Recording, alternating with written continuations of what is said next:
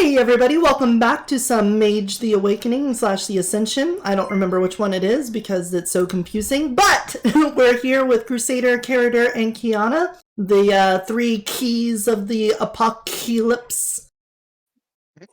Oh, that's cheesy. How are you guys doing? Good. Hi. How are you? I'm doing fine. I'm doing well as well. It's been interesting. Has it now? I have been exceedingly excited for this. Well, for everyone watching on YouTube right now who may not know, or for everyone tuning in right now, the reason there's a big number here with a countdown is this is still taking part during my subathon, and I still have an hour to go on it, which is probably going to finish up while we're in the middle of this. So we're going to continue it out anyway. Sorry to spoil that for you, but yeah, I'm not going to just cut it off an hour into Mage, so if you were expecting that, that's not happening. And with that, with that out of the way, would anyone want to recap the events of last time? I volunteer Anthony. Yes, Anthony is volunteered as tribute. Go. Why me? I'm the one who's supposed to, spin the tails only when we mess stuff up. Well, you have to spin the tail now. Oh, but we did everything right. Okay, well, maybe first, let's have character introductions, starting with Anthony. Yeah. So starting with me.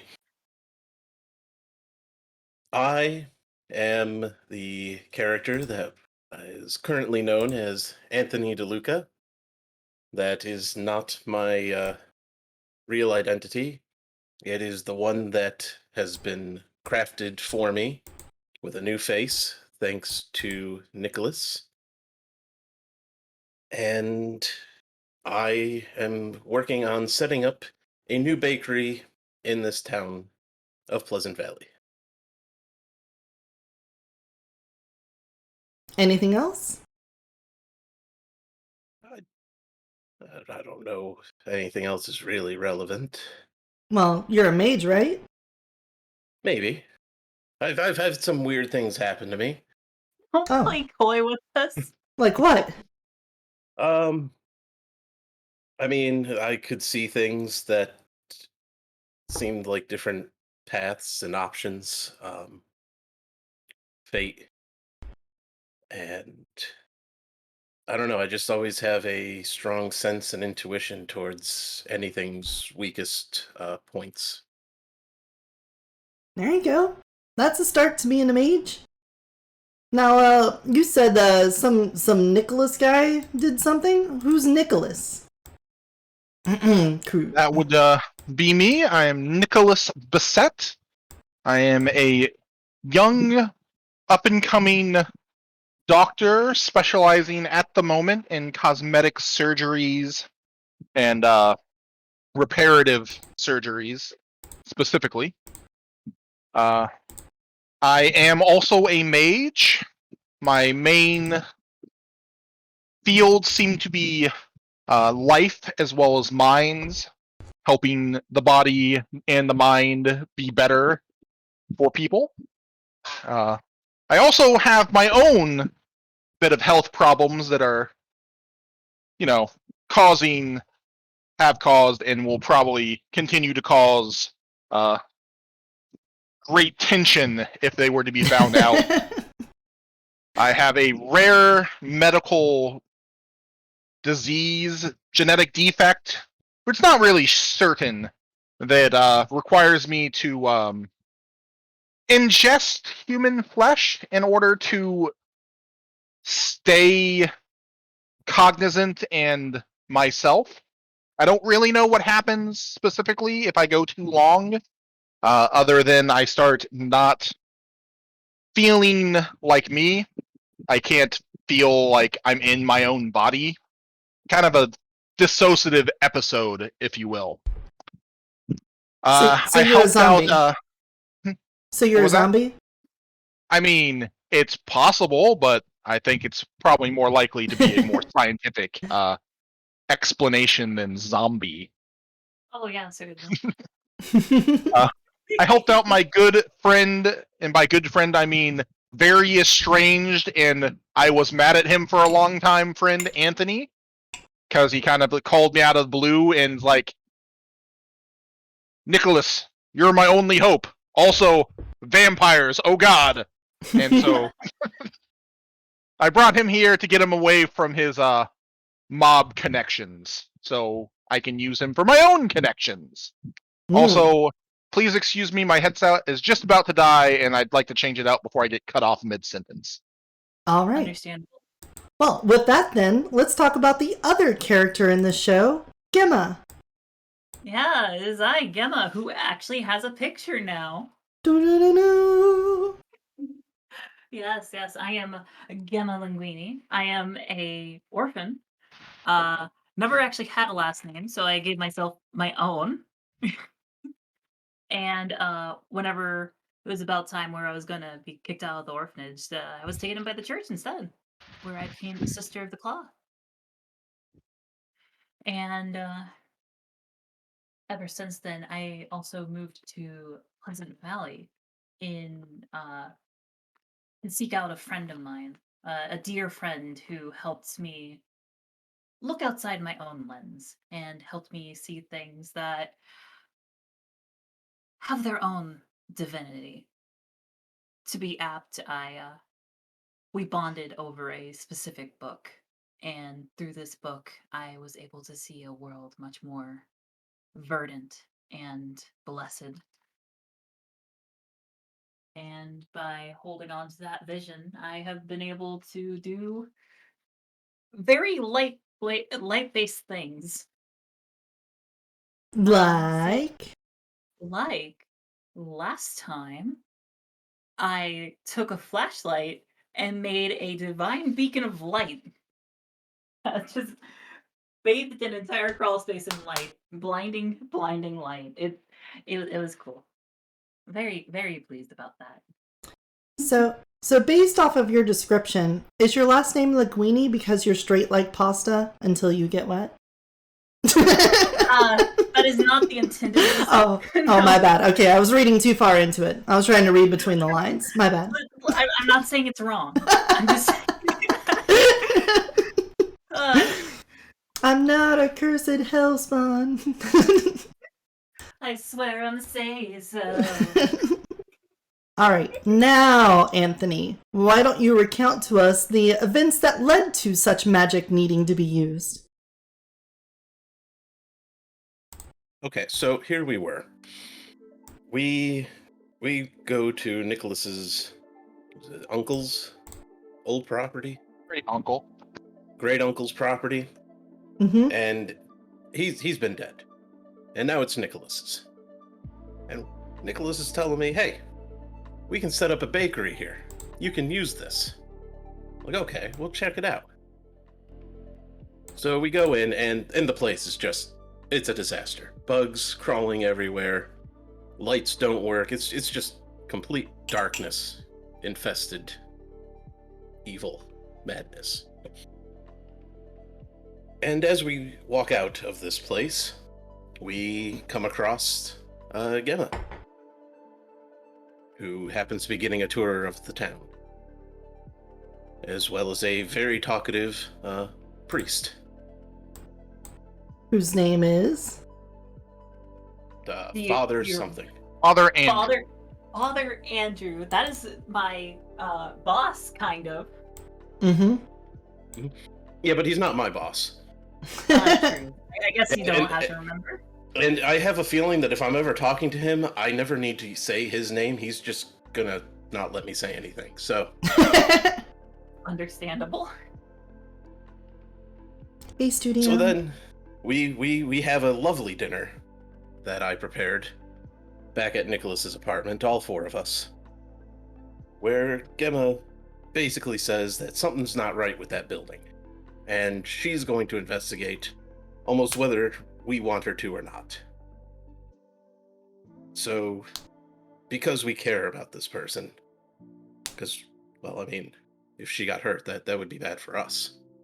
Yeah, because you care about this person and not because of liabilities.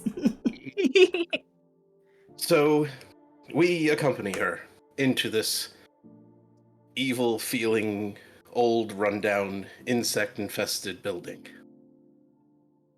The bugs. They There's were lots of everywhere. adjectives on that building. Mhm. Mm-hmm.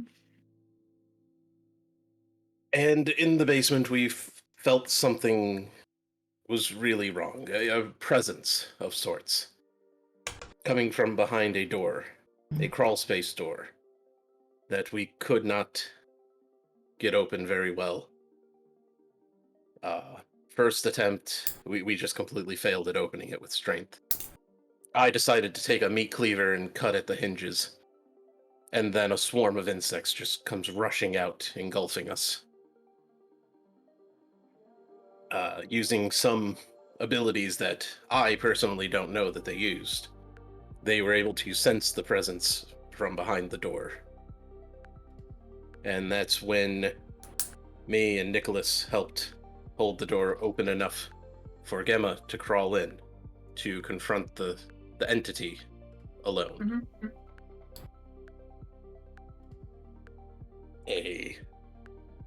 A just roiling mass of insects that couldn't handle the bright light. So she conjured forth an even brighter light to disperse such evil. And apparently there was like a person in there. Oh? There in fact was. A dead body that had not actually passed on spiritually. That was the source of all of the evil that we had been feeling. The anger, the sorrow. And that's where all of the insects were gathering to. And thanks to the kindness of Gemma, that entity found its final rest and peace at last.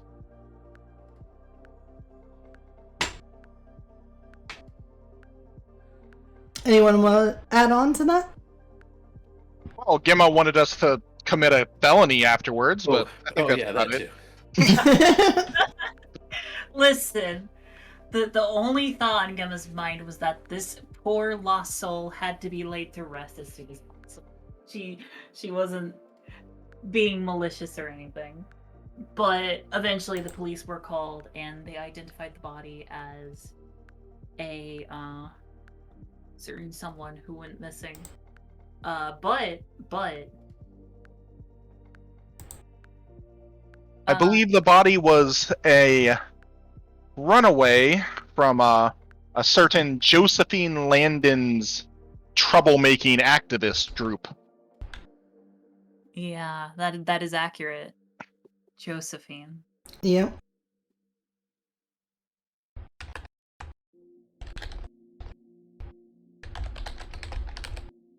Anyone else? Anything else to add? Was there anything else that happened?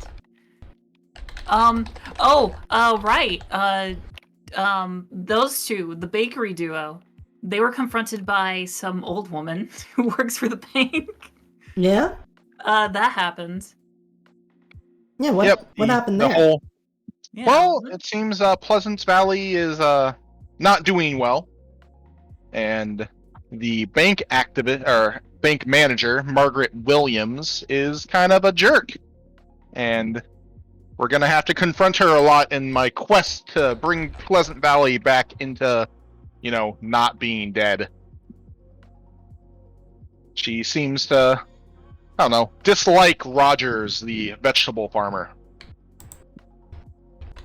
And I don't know exactly what her deal is.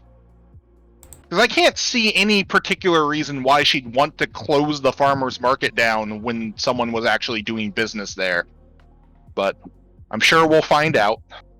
I think she just needs a good meal. Well, she did say that it had a operating hours, and Roger the farmer was still open for shop past operating hours. Oh yeah, for sure. rules that make no sense, but do happen to exist. Mm-hmm. So maybe she's a bit of a stickler for the rules. Maybe. Or maybe she's on a power trip because, she's the bank manager Makes Yeah. sense to me. Of in a small like a town. small town. Mm-hmm. Hey, we know how people are like that. Give them an inch, they'll take a mile. Yep. Mm-hmm. All right. People like that. Were there any other things of interest? There's one other point that I remember being brought up that you guys might need reminding of if you don't remember right now. But think for a moment. Think if there was anything else notable. The new bakery. Ah, I Rumors know. about things The in the washing woods. machine. The washing machine. Oh yeah, I helped install a washing machine. That's very noteworthy. Hmm. Yes, I think Anthony has that. Rumors of creatures, noises heard in the woods. Ah. Yes. The woods that did we get a name for the woods? I have it here. Yes, it's called Woods. Gotcha. I'm just gonna name it the woods. We're very creative here in Pleasant Valley. Hey, what other woods would we be talking about? The other woods from the other side. That's the other woods on the other There's the side. mine. There's the woods. There's the other woods. It's very, very easy, not confusing. Of course. There's actually something else, but I didn't point out directly what it was, so maybe it'll come up later. But there was something else that could have been considered a plot hook, but we'll skip past it. I think you guys got everything else that was major, though. Give me just 1 second. I'm going to make sure I have all the collab info set up, so if anybody comes in and hits that, they can find your guys' stuff. Character, do you want me to link to anything? To yourself again. No, I will not do that. I got nothing. I've got a social media which follows like 2 people on Twitter. I refuse to use Facebook anymore, and I do not yet stream, so I'm all good. All right. Please use my spot to advertise some random person that you want to advertise. I don't mind sending them, extra stuff. Link to his OnlyFans? Yeah, what's your OnlyFans? Well, it's one of the 3 names I probably use, so... Crusader Corrupted. Alright. And... we also found out last time that Roll20 is very generous with dice rolls, since you guys never faced any failure, really, at all, aside from Gemma trying to lie once. Yeah, that was a pretty bad lie though. Because it's like, what are you gonna do with the matches? Light a candle. Yeah, that's it. That's all I'm doing. Yeah, I'm just lighting a candle. Don't worry about it.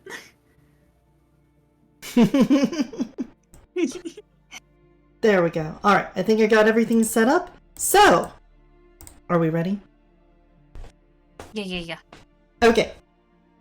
So, let's start off with Gemma.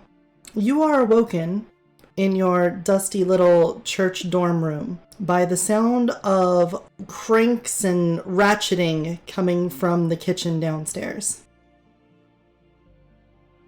Oh, what is the sound that avails me? Okay, that was way more dramatic than I thought I was gonna sound like. God groans at your melodrama. But I'll get out of bed and I'm gonna just get myself dressed all nice, and I'll go downstairs and figure out what this racket is about. All right, you head downstairs and you see an older gentleman hunched over in the kitchen. Lights are on and he's unboxed the washing machine and he's trying to hook it up, but you can see that there's water all over the floor. And he's kind of soaked from the whole front of his shirt down.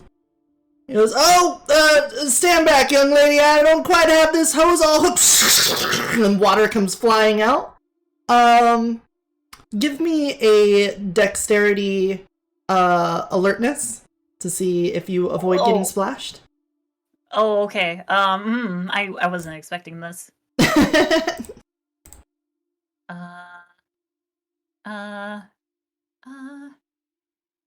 Okay, I'll use this one for this. Difficulty 7. Difficulty 7. Oh God. This isn't a great one. DP pod 0, difficulty 7. Let's go. Hey, look at that. Ah, okay, that's pretty decent. Yeah. Somewhat. So you see him turn around, and when he does, a little rubber hose connected to the faucet becomes unseated, and water sprays out.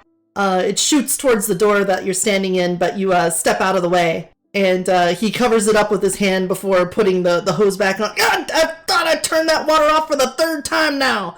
Which knob is it? And you hear him cranking on different knobs under the sink. Oh my God. Oh, sorry. He finally turns a knob and the water goes off. And he stands up, soaking wet, and he flicks his hands around. Sorry, young lady, I didn't know anyone else was here. So I didn't mean to wake you up. I know it's early in the morning, but Father Andrew asked me to stop by before I went to the farmer's market today to set up shop.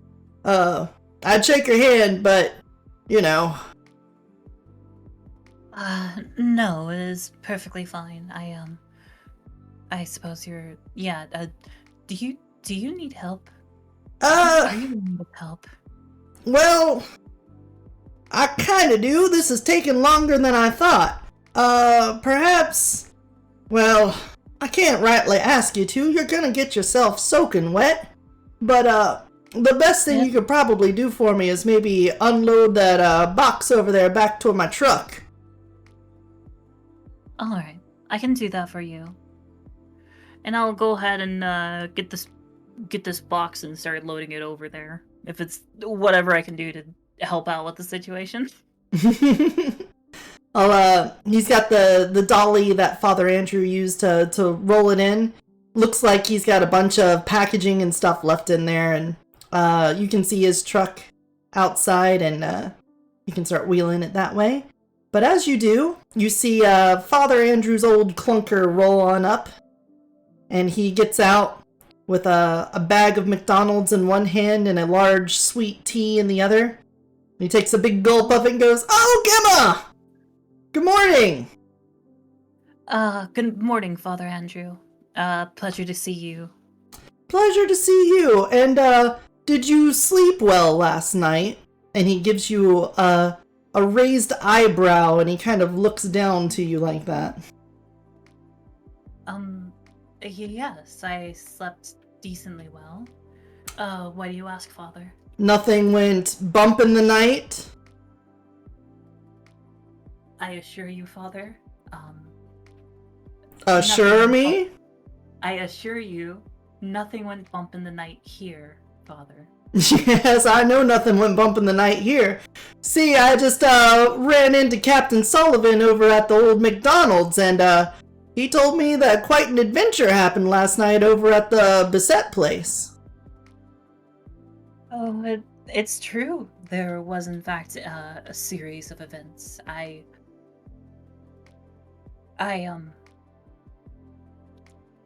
Gemma hesitates for a second, wondering if she should really say this, before eventually saying, I heard the cry of a lost lamb, and I went to assist, is all. Here, let me help with that box. I think we need to have a talk. And he helps you move it into the other pickup truck there.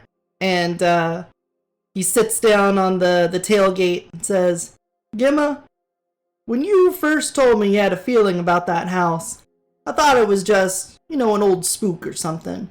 Not sure what to think about it. But then I heard from Sullivan this morning that you found a body. Belonged to Dallas. Someone we've been missing for a while now. To know that's how he ended up, that's very heavy. Now I know you didn't know the story and you didn't know him, but what's strange to me is you felt a presence and then you found something. Gemma, darling, I wonder if you got a gift. You maybe been touched by God. You wouldn't happen to be some guardian angel come down here to Pleasant Valley to save us, are you? What? And Gemma gets a little flustered before calming down and saying, Father, I assure you I am just a humble servant of the Lord. If I have any gift, it is more his blessing rather than mine. Well, I feel that the presence of God may be very strong in you indeed, young Gemma. Please cherish that. I hope you know. It's not very often that you see this kind of thing. And I get a feeling great works are going to come from you. Now, I know that's a lot, and I know we just met, and I know you're in my care, and I need to protect you, and, show you and lead you. But I get a feeling something strong from you, Gemma, and I definitely want to cultivate that and watch it grow. So, please, if you get feelings like that, I'll trust you. I'll trust your feeling, but know that I'll also have my hesitations and reservations, and I'll want to make sure you're protected and safe, because I don't want to see anything happen to you. But in such a short time, seeing somebody catch a glance of two fellers, seeing them showing up at their house and going through all that, and he puts his hand on your thigh and gives you a pat and says, just know that I trust you. All right? Gemma bows her head a little, just says, I appreciate your trust in me, Father, and I hope I do not lead you astray. Right. Well, and he gets cut off by the sound of water gushing into the church again. Cold flabby, stupid tongue liver. And Andrew gets up and rushes the best he can to that side door. He goes, oh, I shouldn't have told Roger to do it. I should have just gotten a plumber. Yes, that probably would have been best. Go, we should help him, shouldn't we? Mm-hmm. And he hobbles that way.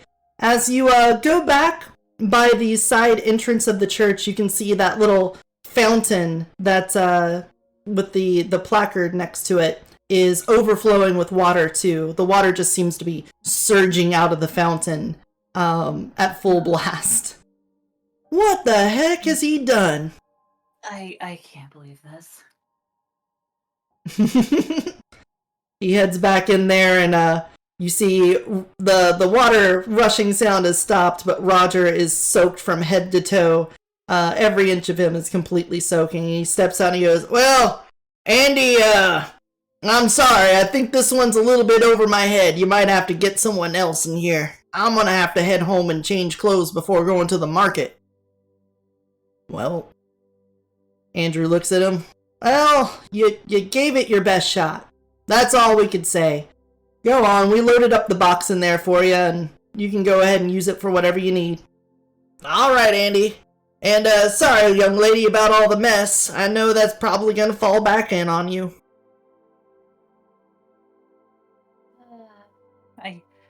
Gemma lets out a little exasperated sigh before saying, it is perfectly fine. Don't worry about it. We'll deal with it. This is all God's work, Andy. Or, Roger. It's all God's work. Don't worry about it. You just go home and get dressed. Come on, Gemma. Let's go grab him up. Yes, Father. You head back inside.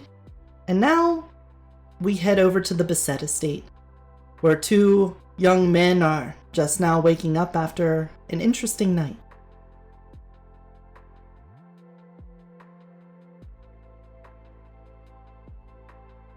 Or perhaps they're still asleep. I don't know. Well, This first thing, waking up. Guess I have to cook breakfast. Probably. And you probably don't want Nicholas to do it. No. So it's best I get on that as fast as possible. Well, go ahead. Are you going to be infusing it with any magic, perhaps? No. All right. No. Well, I assume, unless it's something extravagant, you can go ahead and automatically succeed at making breakfast. Okay. I'm not gonna have you roll for that unless you're gonna do something super fancy, or at least somewhat fancy. He's going to try to flip the eggs over without breaking the yolk.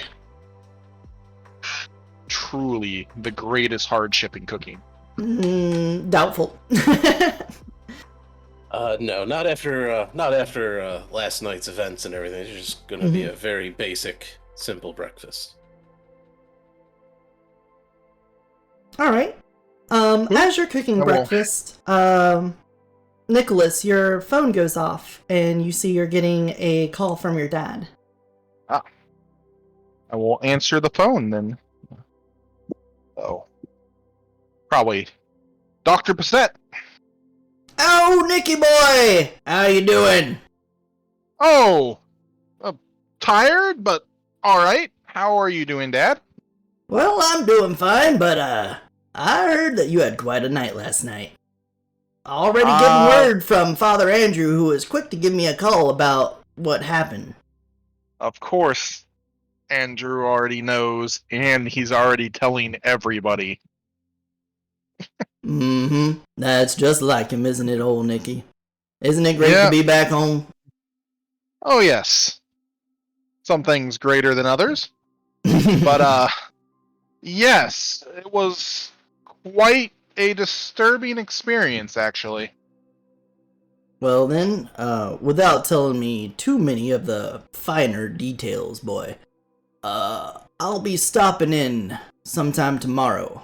I made a quick flight. I was able to pull myself away from the work, and I get the feeling there's probably a thing or two we need to talk about based off of what the old father had to tell me.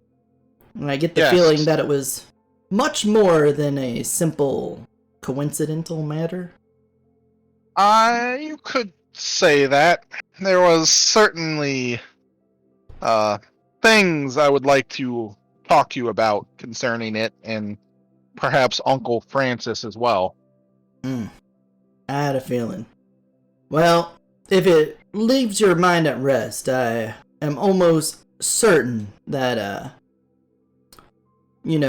my Uncle Francis was not caught up in the same business as yourself and I. That is good to hear. It's a little bit boding to know that something like that was lurking under their house. But it does seem like it was a loose end that was tied up, and I just hope that that's the end of the rope. And that it's not, more to it than that, boy. I have suspicions that it is in fact going to be a bigger problem, but hopefully it's just me being paranoid. Well, I don't like the sound of that, but I'll trust you on it. Anyway, Nikki, I will talk to you tomorrow. I'll see you bright and early. My plane will be coming in before the crack of dawn, so you tell your little bakery buddy there that I'll be looking for a big breakfast, alright? I will let him know. Alright. You take it easy now, Nikki. You as well. Have a good flight. Bye-bye. Love you. Love you too, Dad.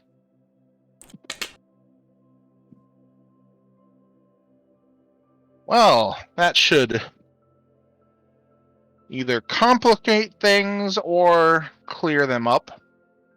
I suppose I should get breakfast. I'm gonna head down to the kitchen. I'm sure I can follow my nose. And let Anthony know what's going to be going on tomorrow. We'll have to make sure to pick up some extra stuff for him. Absolutely. Wait a minute. Have you does he know who I am?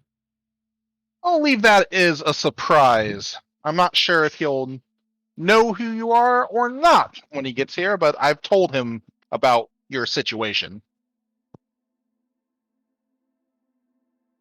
So wait. Okay. Told him that you're helping me, but not that, I okay. Who I I will not was. send him a picture of you or anything. No.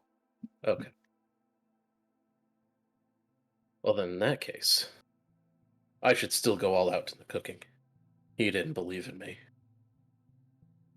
This No, is I believe he did not.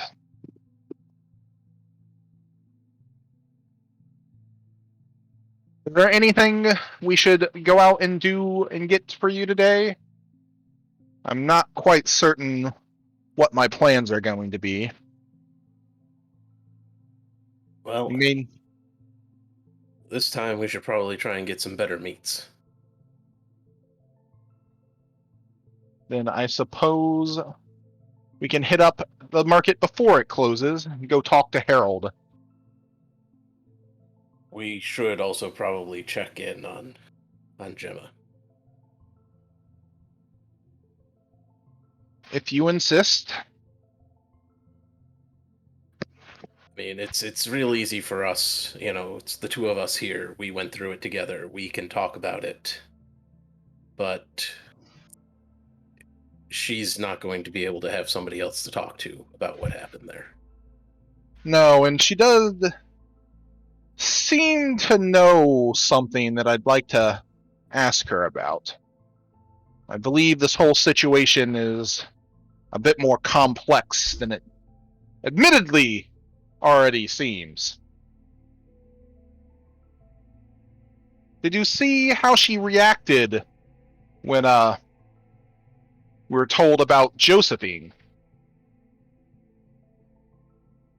I mean, she did act a little funny, but I mean, she did the same thing with the house. And Yes. I don't know. It could just be me Without being really knowing her that suspicious. well, it could just be part of who she is and how she reacts to sudden news. The whole thing was uncanny. And I don't know how much she knows about us either. I'm not particularly wanting to go spread around, the sort of things that we've run into to the church and random strangers, but I suppose that ship has sailed already. I believe so. I don't believe we can just be complete strangers to one another at this point. I suppose not. Just so many things for me to get done. The town's in a lot worse shape than I thought it would be. I know with the mine closing down, everything's been slowly dying, but I didn't expect it to be quite this bad. Well, we'll do what we can. That's all we can do. A true enough statement, I suppose. Now, let's get some breakfast and head out. Yeah, sorry. I'm barely awake. No, How it's do you want your eggs? scrambled, if you don't Of mind. course. Philistine. All right. You guys indulge yourself in a wonderful breakfast cooked by Anthony despite your poor taste in egg choice. And do you head on over to the church then? I believe we're gonna hit the farmer's market first, Well, given how we were I mean, yelled at if we- before. We want to get there early if we want to get anything good. as long as we go before closing. I mean, Leave that up to you? we don't want to be Yeah. carrying around meats with us and making other stops. I suppose so. You've definitely not sussed out me trying to delay as long as possible heading to the church. So, Absolutely. all right, I will very not reluctantly make my way. What day is it? It's now that you've said it, it's Friday. Okay, not Sunday. Yep.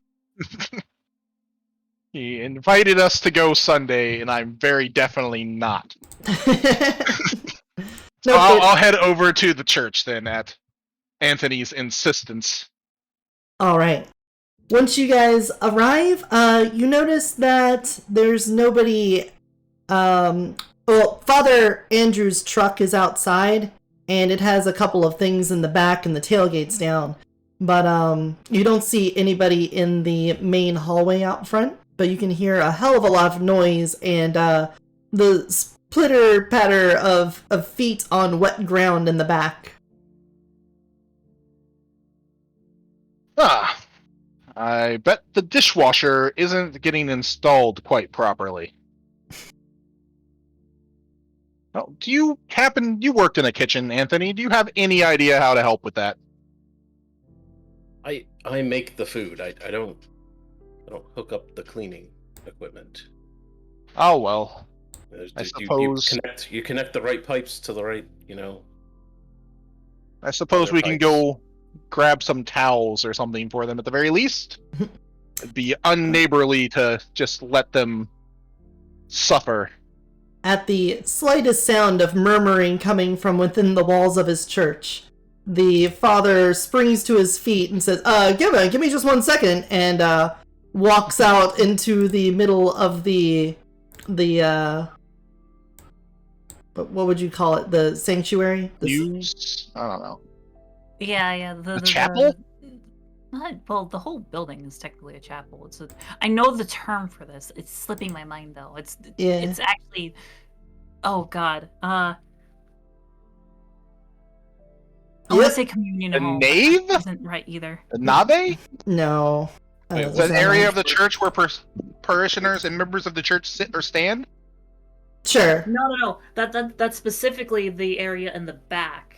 Where, like where the choir and stuff Are you is? talking about right in the Yeah. entrance of the building? No, like Is it- where all the pews and stuff are. Where the pulpit is and he gives a sermon. The vestibule? No, it doesn't sound right either. Regardless. That is an antechamber hall Yeah. or lobby next to the outer door of a building. The Yeah. antechamber? Yeah, the vestibule is the first area encountered upon entering the church. The nave is the area of church where parishioners or members of church sit or stand. The sanctuary is in front with a separate railing, which is where the pastor or the priest is. Oh. Then there's the choir loft, and that's about all I have. All right. Well, we all Okay. learned something today then. Yeah. Huzzah, that's internet. interesting. Well, Yeah. you see Father Andrew come out with the knees on his pants soaking wet, and he's leaving a trail of wet footprints from the back. And he goes, I thought I heard someone out here. Hey, it's old Nick and what was it, Tony? Yes, Tony. Hey, what are you guys doing here? I heard you guys had quite a rough night last night. I thought you might sleep this one in. Oh, of course not. As a doctor, I'm used to rough nights. Oh, I'm sure. I bet you've had quite a few 24-hour days and whatnot with the messes you get into, right? Indeed, though it looks like you're the one who's gotten into a bit of a mess today, Father. Ah, how perceptive you are, Nick. Nothing gets past you. Yeah, we're kind of in a bit of a slog here. Tony might know about being out in the weeds, and that's kind of how I'm feeling right now. What is it? Anything that we might be able to assist with? The Lord provideth help. Yes, I believe you could. Come on back here, and you might want to roll your pants up. And he takes you back to the kitchen, where thankfully it looks like he put a dent in the dishes that needed to be done before installing the washer. But there's still a pile out on the counter, and there's about an inch of standing water near the back. And a drain that's not draining fast enough, and a young Gemma with a mop and a bucket that is getting very full very quickly. So, I had Roger stop by before he went to the farmer's market today. I said I'd give him a little bit of extra money for installing this, but it seemed to be a little bit more than he could chew. And, I'll probably put him behind for the day and probably couldn't make up for it. But, regardless, if you guys could give a hand, we just need to, tighten some bolts down on it and, I don't know, actually, maybe plug it into something. I haven't quite figured it out myself. We got the instructions here, and he reaches into his pocket and pulls it out, and, it's dripping wet, and the ink is running on it. Oh. Well.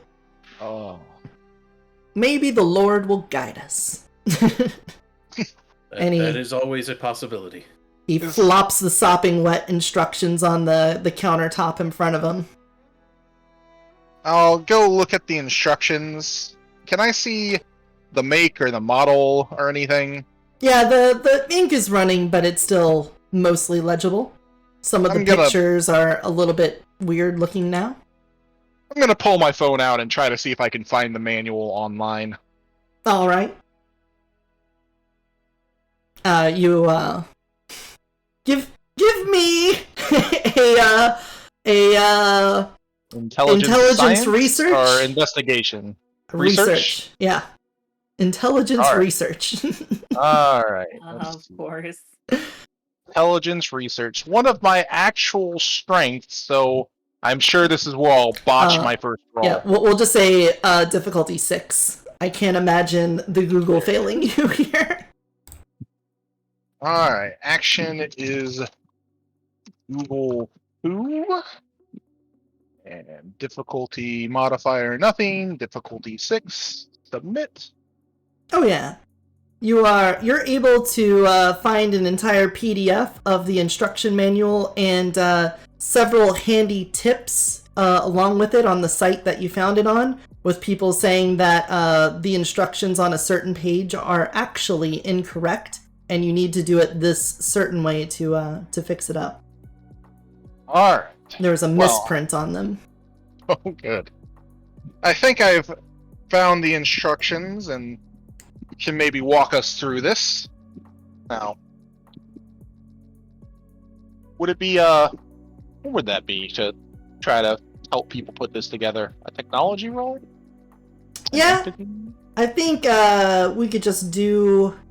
At this point, you know what you're doing. You just need to do it. So how about a dexterity... and then operating a machine.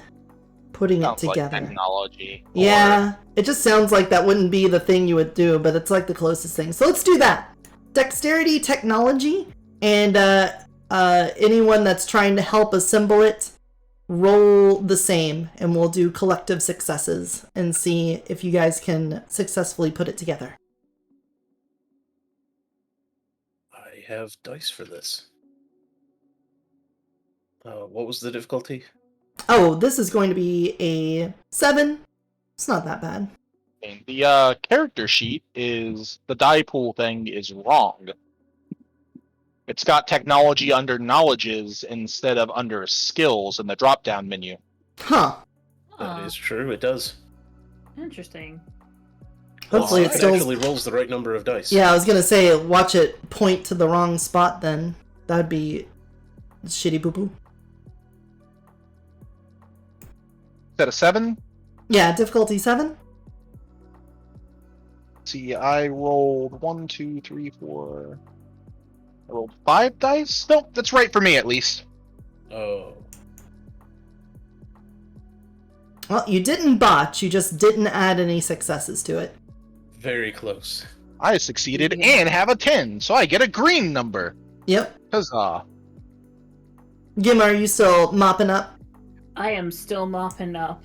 Alright. I mean, this place is already decrepit enough. I don't need this to start molding everywhere. Yeah, or water damage. Yeah, that too. Okay, with 2 successes, you start putting it together. But there's still some work to do after about an hour of slaving away at putting this washing machine together. Andrew is also just kind of helping to mop at this point and try to get the water out.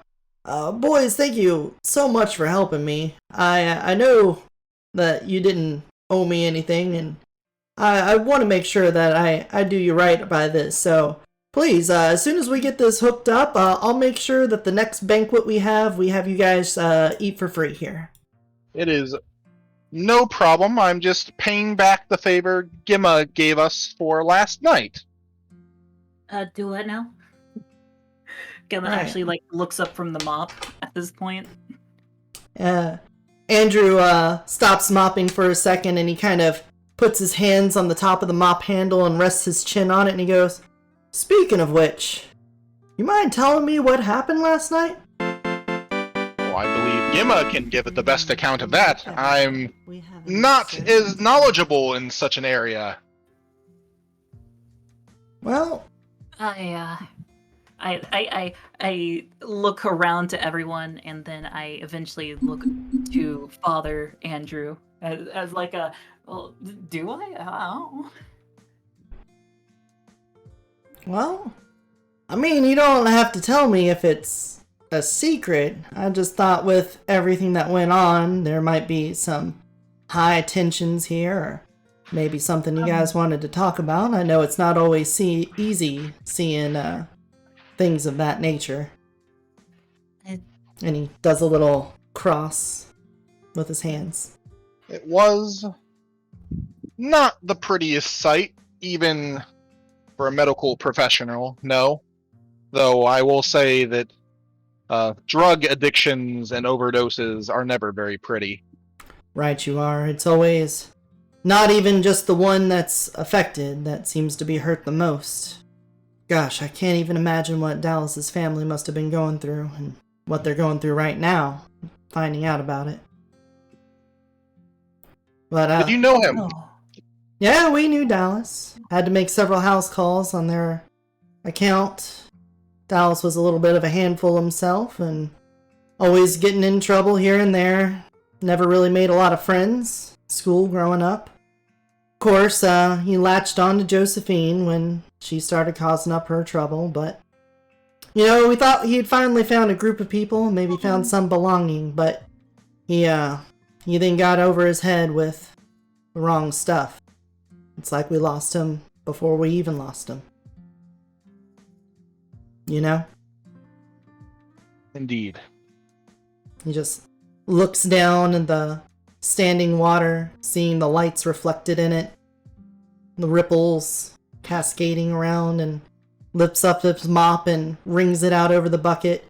Well, at least that story came to an end, so we finally have a little bit of conclusion. Something solidarity for him. It's not what we wanted to know.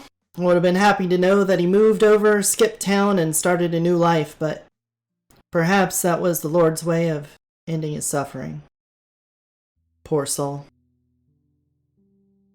The situation is rather tragic, yes. But we can take solace knowing that he is now under the care of the Lord. Indeed we can, Gemma. Indeed we can. And he gets back to work with greater fervor. I'll be honest, I hadn't actually not even considered the,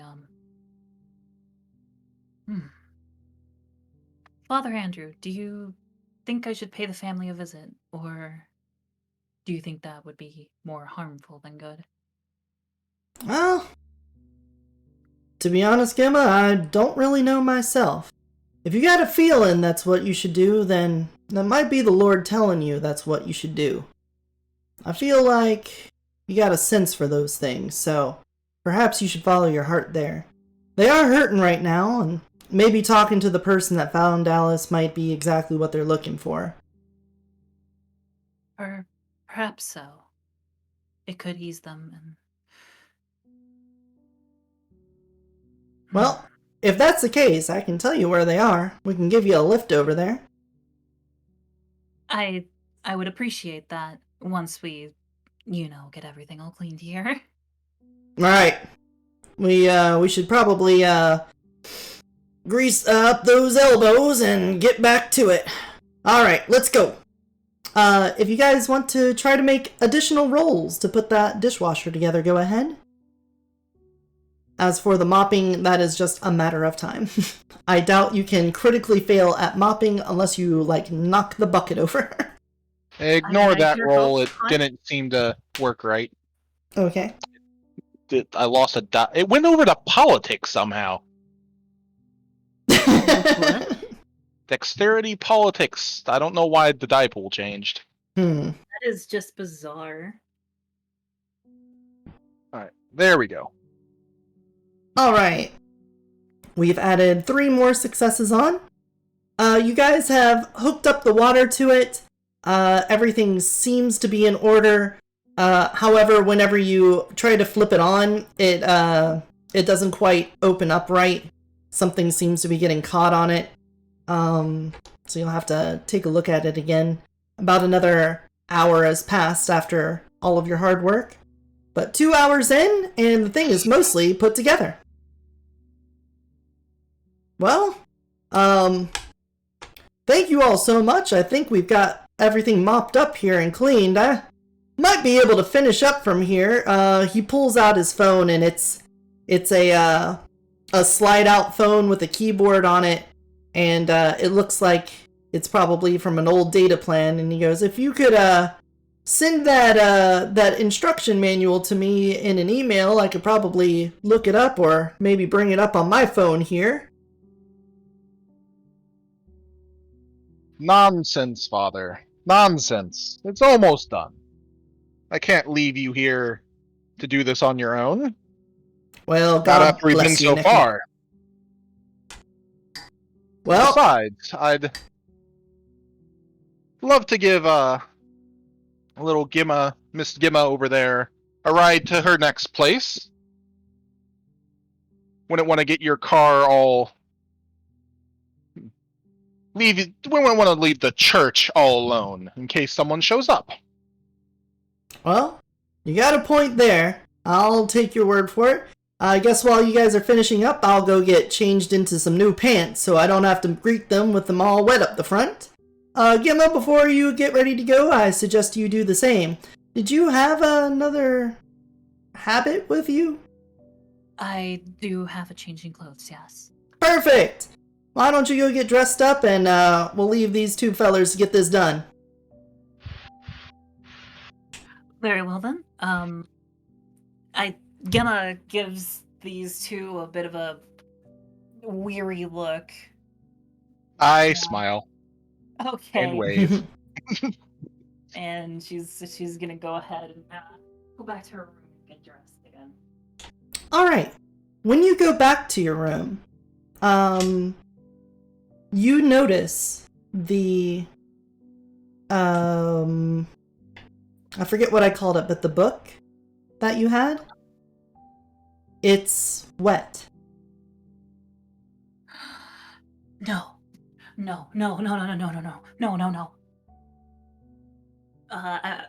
I rush for the book and I immediately try to dry it out a little.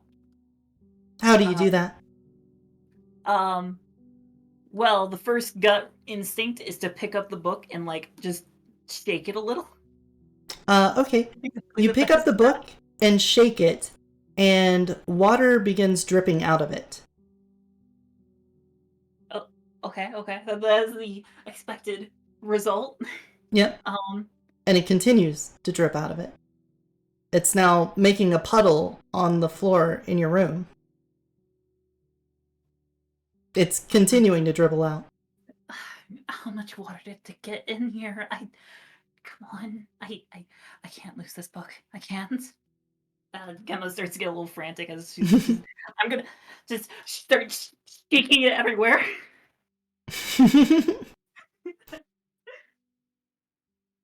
Well, the water is it's coming out of it continuously.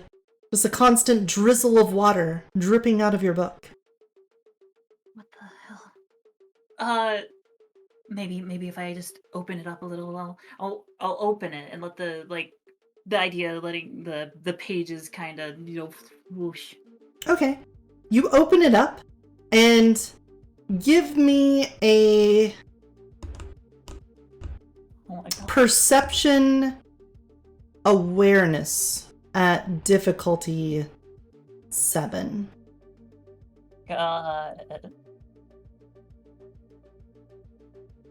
A success. All right. You notice that when you open it up, you can see that the water is still kind of dripping off of the pages, but you notice specifically that the letters on the page, the water will kind of rise up, like you see the letter O, the water will come out of the letter O and then coalesce into a droplet and then drip down the page. You'll see like the letter K, water will rise out of the K until it becomes a circle and breaks water tension and then drips down the page, like it's coming through the letters on the paper itself before oozing out the sides. Wait. Hold on. Seeing this, I begin to compose myself a little more, and I stop shaking the book and I open it up and so that I can see it more clearly and just investigate this bizarre occurrence. Yeah? What do I find other than the letters just It making water? It appears as you flip through, it's not every letter all the time. It's like a letter on this page will bubble up some water and spill out. A letter on this one, maybe it's the quotation marks over here. Occasionally you'll flip to a page with like a picture or diagram and you'll see the water start at the top and begin to lift up out of the ink, and then the whole page will just drip off to the side at the same time. Each page seeming to do that as you turn through it. The paper itself, now you notice, is not getting wet. The pages and the book are, it's like it's hydrophobic and the water is just beating up and falling off of it. Oh, well, that's a bit of a relief, but what is this all about? I don't understand why this book would just start making water like this. I'm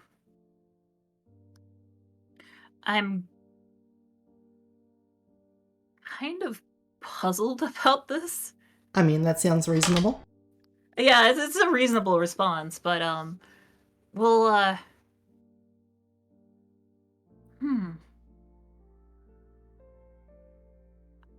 I come up with the idea of maybe trying to look through it like I have before. Maybe there's something going on. Maybe. Okay. On the other side. What I want you to do is to roll your arete at difficulty 4. Got it.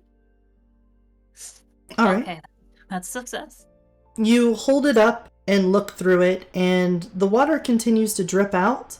The color of the pages fades away and becomes more transparent, and as you look through it, you can see the inside of the church is more like the inside of a grand church. More like a mortar and brick, large stone, almost like a castle. The room you're in is full of tapestries that hang, and you can get glimpses of maybe events that had happened in there. You can see someone praying at the edge of a bed. You can see a priest standing in front of a large congregation.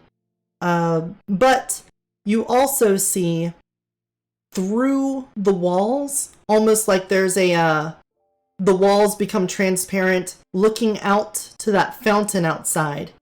And you see the water just rushing into the building from the fountain. And the fountain itself is way grander. It's a huge stone statue of a man in vestments. I see. There is something bizarre going on here. I guess there's something up with the fountain. This is a bit troublesome. I'm going to go ahead and close the book at this point, and I'm going to ponder, because on one hand, I need to go speak with that family, but on the other, this seems like an issue. I don't know what's up with this, but there's something up. After giving it a little bit of thought, eventually, Gemma decides, well, I'll be back here, and right after I discuss with that family. Besides, I've already decided my course. I will take care of whatever that is once I get back. Yes, hopefully it doesn't cause issues? Probably. All right. Boys, can you give me another dexterity technology roll? Sure. Yes. As long as it hasn't changed back to politics. You just roll social against the dishwashing machine? 7 again? Yes. Difficulty's the same. Yep. Just the 1 for me. 1 from me. That's enough. You figure out that when you guys screwed something in, it was misplaced and it was causing it to lock up on a certain spot. But once you figured it out, it's working, and you can do a test run with some of the dishes, and they come back out the other side clean and steamy hot. All right. Well, that was an interesting morning activity. Yes, it was. Hopefully, by now, Gemma is ready to go.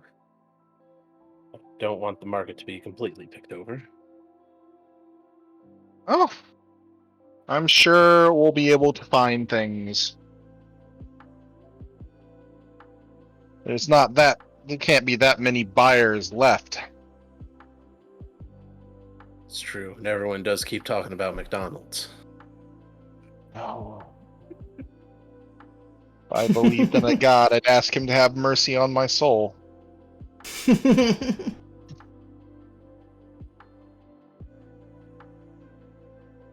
And I'll look about around this the time, kitchen a bit, just to see if there's anything else of note in here. Like, did they get it all dried? There's not puddles of water or anything left over? no, it's just damp in there, and Okay. the smell of floor that probably had grime on it for a while probably needed a good mopping anyway. And about this time, Gemma would be coming downstairs. Where do you have the book? I'll have the book with me. I'll have it up my sleeve. All right. How small of a book is this? I mean, I always imagined it was kind of like a, let me see. I have like a book that I always imagined that it'd be like. It's like, I don't know, like about hand high, about Like a 2/3 pocket of a Bible hand wide. size? Not Yeah, like a quite. Gideon Bible. A little bit bigger than a pocket Bible, but yeah, around that size. That's what I imagine Okay. it as. I just Alright. was thinking of it as bigger, and then just like, I have it up my sleeves. Like, really? I know habits have wide sleeves sometimes, but Really big Yeah. sleeves. Nicholas and Anthony, give me a perception awareness roll Okay. at difficulty 6.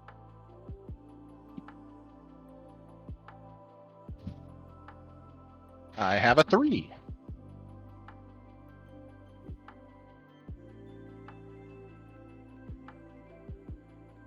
I have 1. You both notice that her sleeve is wet. Dang it, it is. Oh god, okay. Are you, I look like I know that her like pants are probably wet. Like, is that dry now? Like, did she actually change? Because I know that's what she was going to do. Yeah, the rest of her is dry. It's just her sleeve is wet. Uh, Gemma, did you happen to run into some other water issues today? Oh, uh, um, I suppose there was a bit of a puddle in my room, but why do you ask? Did did you like stick your arm into it? At this moment, I suppose I would notice this, and I would just go, "Oh, dearie me, I must have accidentally dragged my arm sleeve through it. Oh, I am such a klutz. But I suppose I shouldn't go change again. I really shouldn't keep these people waiting." You can just stick your arm out the window to dry it as we go.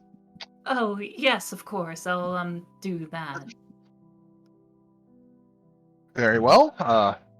Shall we? Yes, shall we? We shall. Uh, All right. Sounds good. shall we chill? All right. You guys leave out the side door of the kitchen to the church to go back towards your car. And all of you give me a perception alertness check now. At difficulty 6.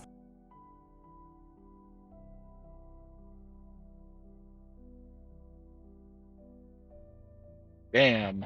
Nicholas is perceptive as fuck. My God, guys. Right there with you. So, you guys are walking out to Nicholas's car, and you all notice that as you walk by, as specifically Nicholas walks by the fountain, it spits out water farther. But it's oh, I'm sorry. You all notice that the water increases, but specifically Nicholas and Anthony see it go bigger when Nicholas walks by. Was the fountain going off that much earlier? No. Fountain? How did working on... What did Roger do? I mean, we did also mess with some pipes in there. Maybe we affected the water pressure. A little bead of sweat appears on Gemma's brow as she's like, "Oh, well, I suppose there might be uh, maybe some water fluctuation from all the uh stuff. I don't know. I don't know how this stuff works, but I'm sure it is perfectly fine, gentlemen." Yes. Anthony and Nicholas, both of you also notice that there is a trickle of water coming down Gemma's sleeve and dripping onto the sidewalk there. Look over at the fountain. I look pointedly at her sleeve. Is your fountain haunting your sleeve or something, Gemma? I'm going to give this man a very stern, judging look and go, "Sir, I don't think you should treat hauntings with such flagrant disrespect. Of course, the fountain is not haunting my sleeve." And why are you dripping on the ground? Because my sleeve is wet. No, let's go ahead. Wetter than before? Yeah, usually, you said you swiped it through a puddle. It doesn't continue to get wet when the source of water is no longer nearby. Mm-hmm.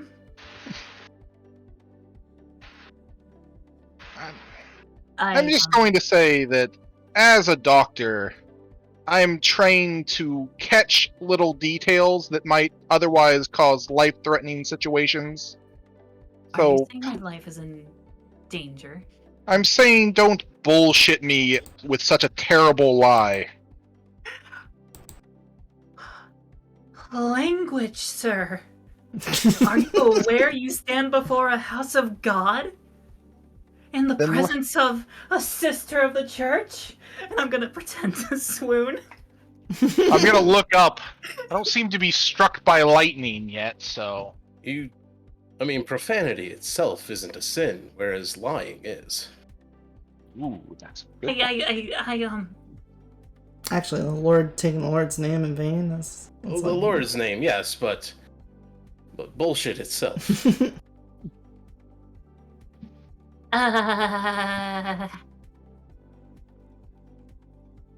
Look, I realize things haven't been exactly normal these last day or two, but I don't mean you any harm. If there is a problem going on, you helped us out yesterday. You can just ask. I don't know if I really can. At If it helps. at the sound of those words leaving your mouth, the water increases. The fountain shoots even further, and the trickle coming down your sleeve becomes a steady stream of water.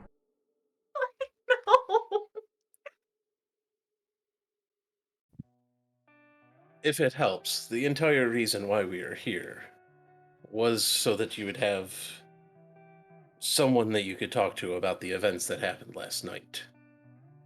Anthony was very worried about your mental well-being. My mental well-being, I assure you, the events involving the poor lost soul that we saved last night is not bothering me. Clearly, you have other issues that you need to deal with. You're Other not issues, perhaps drowning in guilt or some other expression, are you? drowning in guilt, sir. That is a very weird wording. It's a very weird situation. You seem to have a stream coming out of your sleeve now. Listen, you, I don't want you judging me for this. No one's You're judging not- you based on your stream. You're not. No, I'm sorry. You're not going to pull out a judging card based upon a miraculous phenomenon coming out of your sleeve. Are you claiming to be like a water elemental or something now? What is this? What?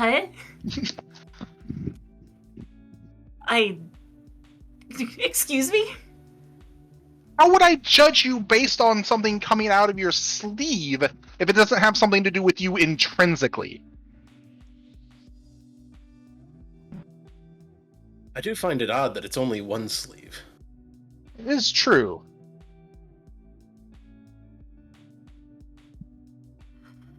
Look, I'm not going to Listen, interrogate you or make you roll up your sleeve or something, but I really can't have you in my car pouring water out onto the floor. fine. And I'm not sure you want us to bring the father into this, do you? No, do not. Listen. I will show you what is going on. However, I need you to do something special with or for me. One of those phrases. You see, where Hold I on, grew hold up, on, there was hold on, hold on. After you say you have to do something special for me, it goes from a stream to a trickle again. But continue.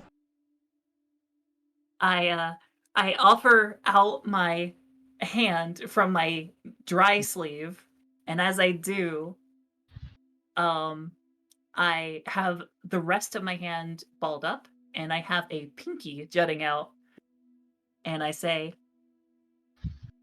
in the orphanage that I grew up in, there was a tradition of pinky promises to make sure that you didn't go blabbing about whatever I say to someone else. Do you catch my drift? Is this like the match last night? What do you mean?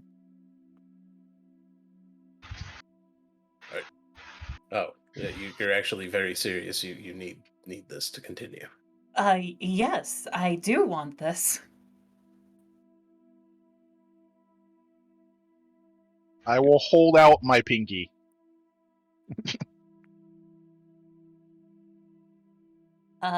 Gemma will reach her pinky out and just wrap it around his and shake it a little and go, "You promise not to say anything then." I promise not to reveal your secrets to anybody unless not doing so would cause imminent harm to others.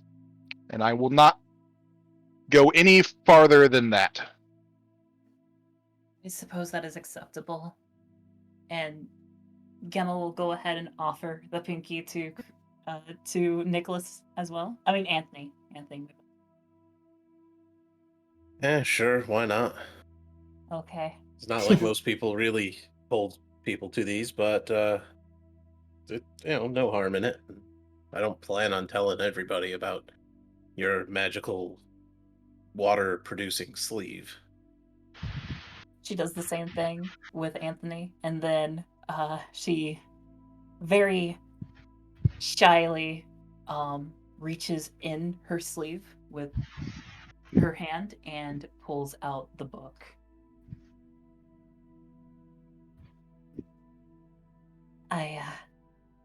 It seems to be a bit wet.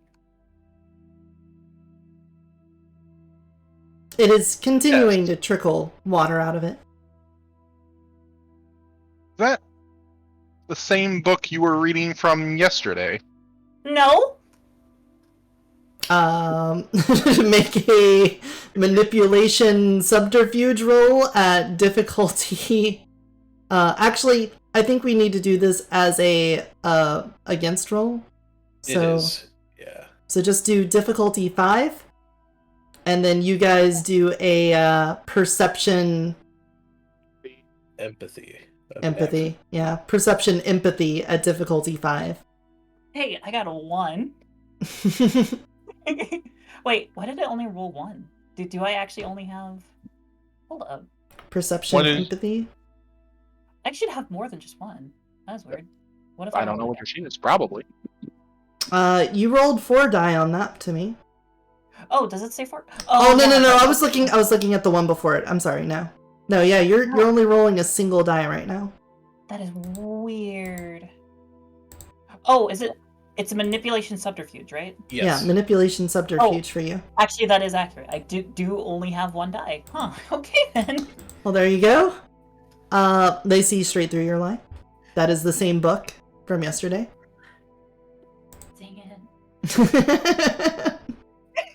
What a sinner, lying all this. No.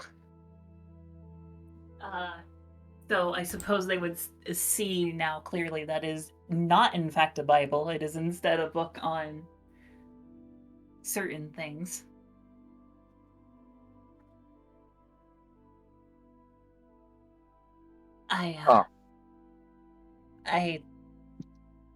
I'm not sure why it's doing this, although I believe that it is tied to the fountain.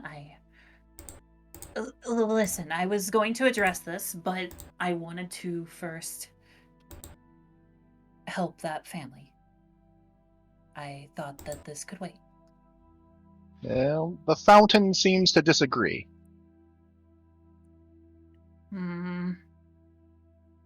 So, a Catholic nun with a magical... And what was the title of the book? It was We gotta look at it. It didn't have a title on it. It's just a leather-bound book that, if you were to look inside, was a very dry, scholastic look at Eastern philosophies. With a magical book on Eastern philosophy? Don't you judge me. I will clap her on the back. Well, It's good to see your views aren't entirely closed off. I approve. Well, Now, what how can we help with your water problem? I well, I'm not entirely certain at the moment. I just know it's tied to the fountain, I think. Oh, that's ominous. What? This- Nothing. Random GM roll. Yeah, no, don't worry about it. That is ominous. You don't even worry. Yeah, don't even worry. It's okay. Continue. That's fine. Right. No. I don't know how to Well- roll behind the looking glass here. May I touch your book? You promise to be gentle with it? Yes. I will not I- destroy your magic book. Please stop calling it that. Well, I don't think it's easily damaged if it's producing water. I'm just this book means more to me than you could ever know. Just be careful. And I with this, completely Gemma understand. will gingerly offer it to them. Okay. I'm going to take a hold of the book. I'm guessing it feels wet, but it doesn't feel like the material is wet. Correct. And it's just randomly seeming to drip, as you said before, I assume. Yeah, the same effect is continuing. Does it? Can I make a roll to see if there's any sort of pattern to it? Intelligence enigmas, maybe?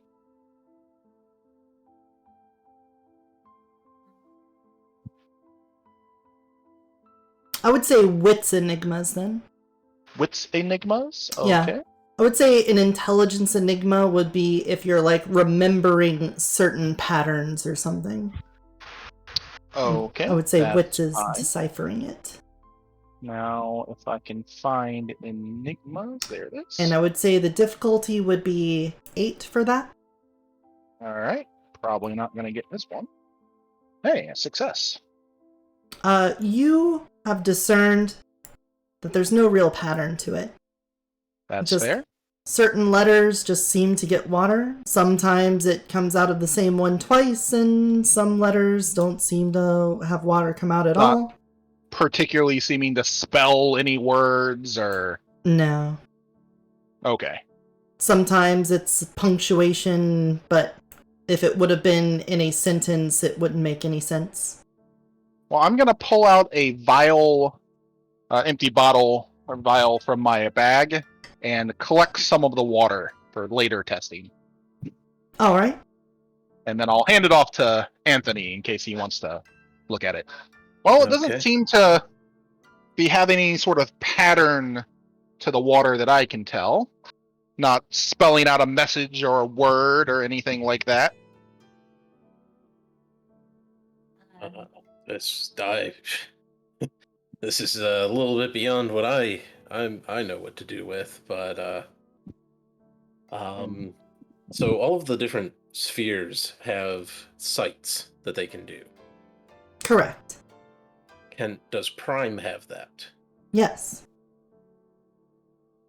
I would like to activate that, which means I apparently have to take out a wooden spoon. Yes. I And will take out a wooden explain how you channel your prime vision. spoon. That I had not really thought of. Kind of thought of using Some the of the wooden water spoon with as the kind of like a wand, like casting a spell. Then do you like point it at your head? Do you just swish and Yeah. flick it? Yeah, I kind of swish the wand around and then like tap my head with it. Alright. Roll me Arete with a difficulty 4. Okay. Is difficulty 4.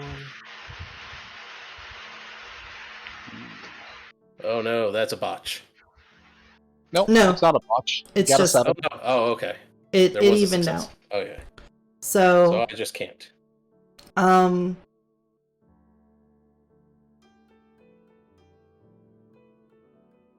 You tried to draw on your ability to see the prime fabric that makes up all of reality, but for some reason your own belief is held back by something. Maybe your disbelief of what you're seeing in front of you, since it kind of defies all logic.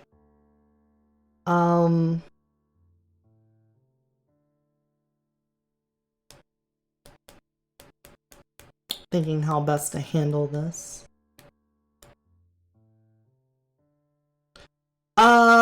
Yeah, that's it's simply Yep. for right now. You cannot see the prime magic right now.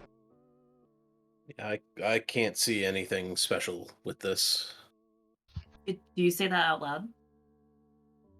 Yes.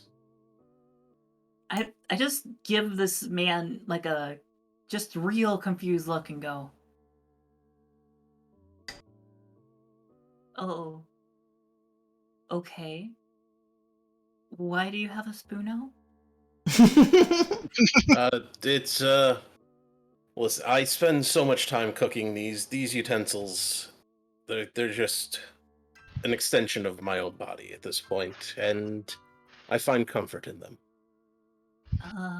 A real chef inside and out, I see. Oh, okay. All right. Well- Understood. It is your book, Gemma. Do you have any insights into it? When did this start? Well, I wasn't doing this morning, and then I went back upstairs, and it was all wet, and I tried to shake it dry, and it just wouldn't. Well, if it's not something the book usually does, why don't we take a look at the fountain? Perhaps there's something with it. Yes, I suppose that does make sense. I will walk over to the overgrown, exploding water fountain. Well, yes. If you guys don't remember, this little fountain is kind of like a small monument. There's a placard next to it for a previous priest, and the fountain itself is like a 3-tier setup with the top tier spilling down and spilling further. As you approach it, once again, it kind of bubbles up more. Not as much as the first time, but it kind of seems to flow more once As you get close I to it. approach it specifically. Correct.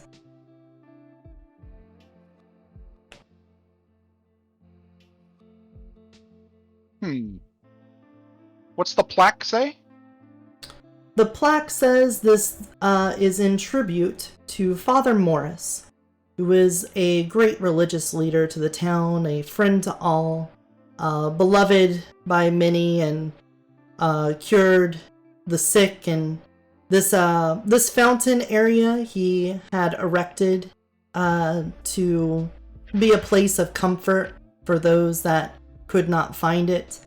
And this placard was to remember him by, so that people knew generations in the future that this was a place that he wanted to be a sanctuary for all. Okay. So I'm going to once again take out another little vial, but this time, as I'm going to use it in conjunction with my Arete to take a sample and look for life magic specifically, as since he says it was a doctor, perhaps there's something with that. And, you know, my little bag is my focus, so having a vial, taking a sample, looking at stuff, I think is a good... It didn't say he was a doctor, but it did say that he Healed the sick. healed the sick. Yes. which Yes, I'm I going to believe interpret as a doctor. Okay. Oh, okay. But roll your Arete at a difficulty 4 then. Right.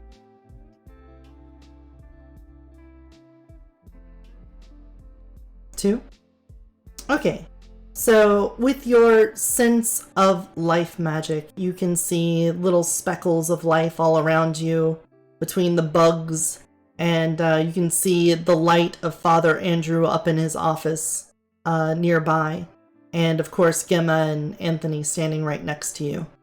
But otherwise, the water, the fountain, that doesn't seem to have any kind of life resonating magic or anything. Okay, there's not like, all right, no great font of life or anything in there. No, not that you Sounds can sense.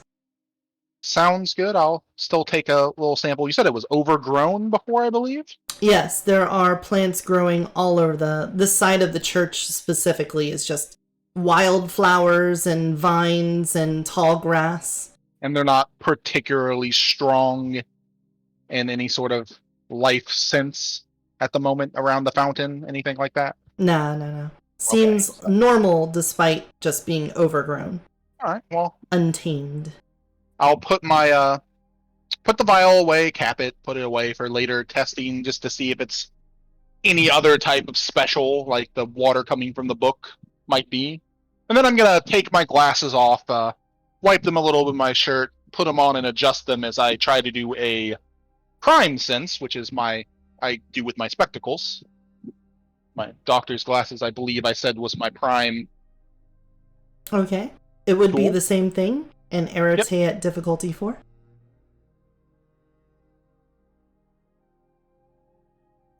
Okay.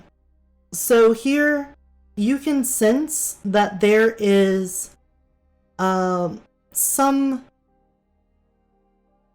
there is a force that has been woven into the area. Not simply the fountain itself, but you can see the pattern of the prime magic. Which, by the way, how does your character see prime magic? He sees magic as kind of like a network of connections, kind of like people and things as life are bright stars, and then prime would be kind of like the lines you draw between constellations. All right. In that case, then the fountain itself, you can see like if you were to put a texture on it in a video game, you can see the lines, the like wireframe has been infused with some kind of energy to it. It has a flavor to it. It's not like purely the prime fabric itself. It has something familiar to it. But with what you can currently sense, you can't quite ascertain what that is. But it does have a magical breath breathed into it. The fountain, the monument that is put there is devoid of this magic. It is purely the fountain, the grass around it, the overgrowing plants, and there's a bench there too that all seem to have this magical weave. So, is it connected at all to the book? Looking at the book, you can see something similar to it in that you can definitely tell that there is prime energy woven into it, but it is of a completely different flavor than what you see in the fountain right now. And it is very strong. That one, you can see the webs on it are very thick. While looking with your prime sight, this the threads that cover the fountain and the grass in comparison are very light. It is dense on this book. The book is very covered in prime thread. Very, very magical book. Yes. All right, but it's not seemingly connected to this the fountain's network. Correct. I'm gonna wander over and check out and sit on the bench you mentioned as well. See if that changes anything. Well, as you step away from directly near the fountain, it continues to go back down. It's still, Yima, you would notice that it's still more than it was the first time you saw the fountain, but it's not as much when he steps away from it. Otherwise, you guys don't have a point of reference for it, so. Yeah. I look over at him and I'm just like, does the fountain not like you? Why would the fountain not like me? It's the fountain's job to put out water. If anything, I think it likes me very well. I don't know. You seem somewhat... You know, I suppose I should ask. How do you feel about this place? This place in specific, the fountain. I mean, this location. What, the church? Yes. I must be honest, I don't care much for churches, though this one particularly has some redeeming qualities. I'll sit down on the bench.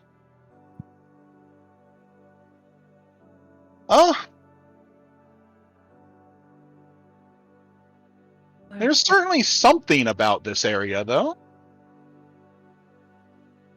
Looking around still. But I can't see any connection between it and your book. I don't know about that, but I do know that it seems to get worse when you're close by. Yes, it does seem to shoot more water out. It's very odd. Perhaps it's because the fountain is dedicated to another healer. It might not be because it's upset with you, Nicholas. It could be that it's actually more attuned to you.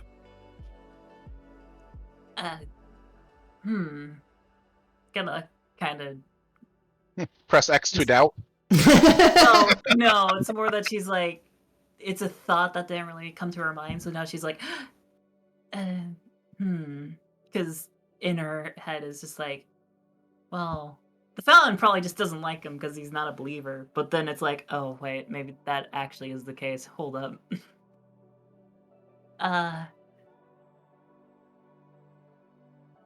Question seems to be waterproof. Have you tried putting it in the fountain? No. Why would I don't think I could do that. I need this book. I need it. And if it got water damaged, I don't know if I could live with myself. Where's the book right now? At the book, dripping water. Where is the book right now? I think one of them still. I gave it to Anthony. I don't know if he gave it back. I'm holding it. As she says that, I'm looking at it while it's still dripping water out of it. Okay. While he's holding it, and at this point, your sleeve starts to dry up. Like, way faster than one would expect. And the wet mark that would have been at your side on the ground on the sidewalk begins to dry up as well. However, it's still dripping water out of the book, and there's now a puddle next to Anthony. Is the puddle magical? The water coming from the book, you can see that there is a thread of magic kind of swirling around in the water. And the water that was by Gemma, you can see the thread kind of unravel and dissipate, and with it the water seems to go away too. Ah. I see. And if you were to look at your vial, you can see in that vial the thread swirling around in the water. It's slowly untangling from itself. The thread is breaking down into smaller threads and smaller threads until it just kind of turns to dust. And with it, the water in the vial recedes smaller and smaller until it's gone.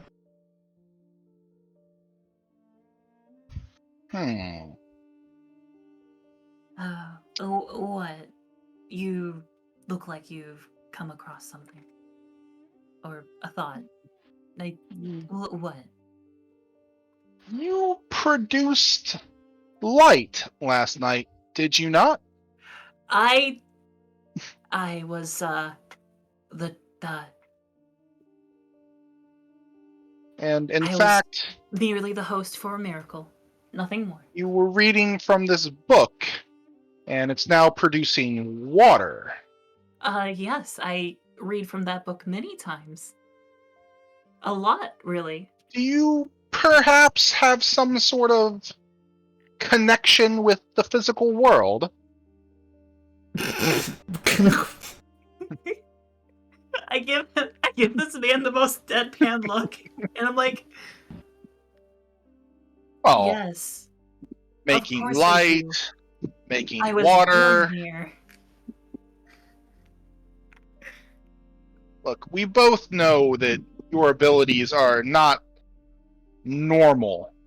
Well, yes, they are divine. Obviously. Yes, Joy. divinely Eastern, I suppose. What do you mean by that? Oh, I start flipping through some pages of the book. Oh, you'll reading it. you it's not really my area of expertise, so I suppose you'd know better than I.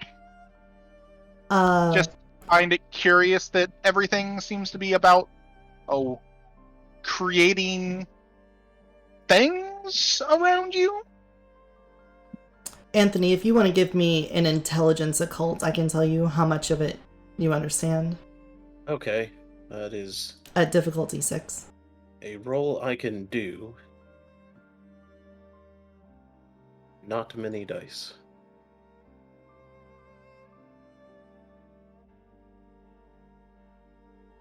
Purple. A success. Yep. You definitely recognize some of the philosophies. There's Taoism, Buddhism, Hinduism, a lot of just mixed match of Eastern stuff. Ancestral worship is also included in there. Despite the water dripping down, you're able to glean at least that off of it. Well, I'm not sure what else I can help with here. The fountain doesn't seem to have any connection to your book that I can tell. No real markings or writings about it, just a fairly normal fountain, minus the obvious extra water bits. I look up at you said the statue on top of the fountain was the non-magical part? No, when she was looking through the book, there was a statue there, but this is just a fountain with a little 3-tier bowl thing. You know, the top one being... one part of the fountain wasn't magical, though. I thought it was... You said that it was like the... Oh, there's a monument next to it. There's like a... Oh, a monument next to it. Okay. Yeah, there's like a big stone, not cube, like rectangle, or prism, I guess. And there's just a placard on it that mentioned what I mentioned before. Oh, okay. Gotcha. And I thought you were saying there was like the fountain had like a little cupid or something on top of it that was spraying the water, and that part wasn't magical. No. Sorry. Gotcha. Well, since the only thing that seems to affect it is me, I suppose I'll get back up and walk over to it and touch the fountain. Put my hand right into the middle of it. All right. Again, the water seems to bubble up a bit more, but other than feeling cool and refreshing, simply seems to be water. Does not seem to be harmful at all. My skin is still intact. Yes? Yes. Yep. Roll a saving throw. As Gemma just watches Nicholas do this, she eventually pipes up with, I am curious. Why did you want to check in on me? Oh, that was all Anthony.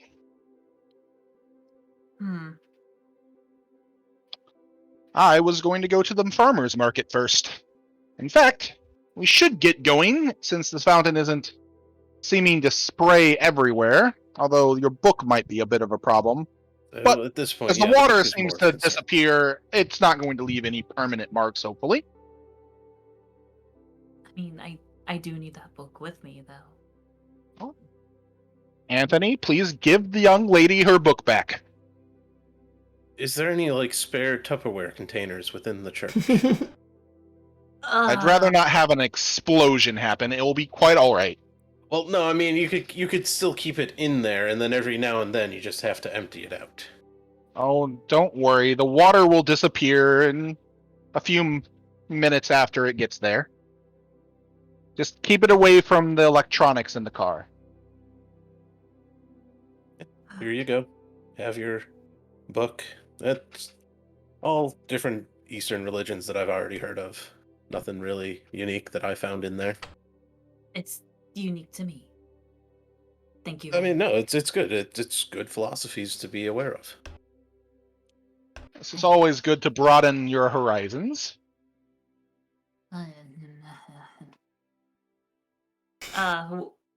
Gemma is just gonna turn on her heels and go find a bowl before we leave.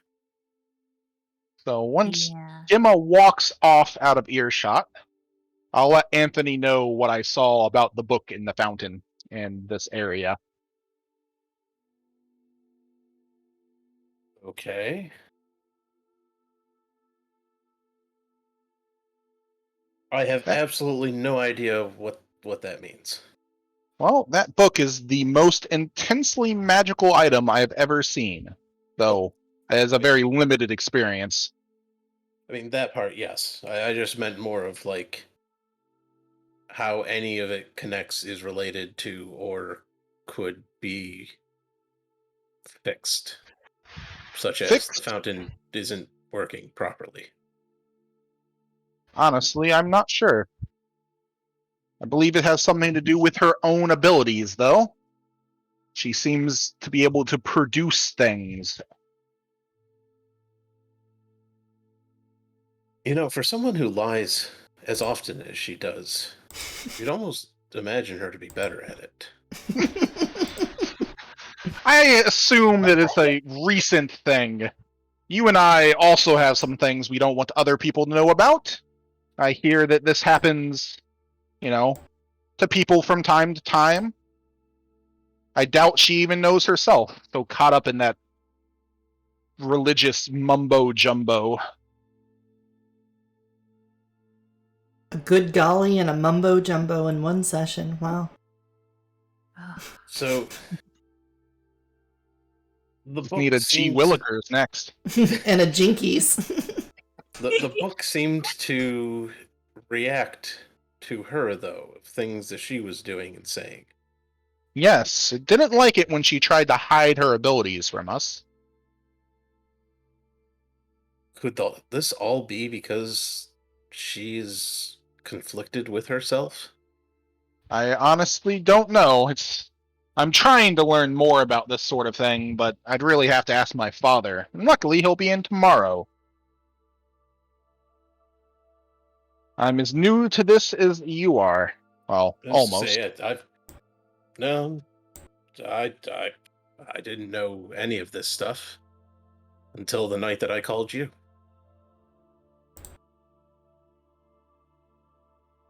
It is odd that all three of us happen to get together at the same time, though. From what I hear, that we're not exactly a populous group. Oh, that may be something else that your father will have answers to.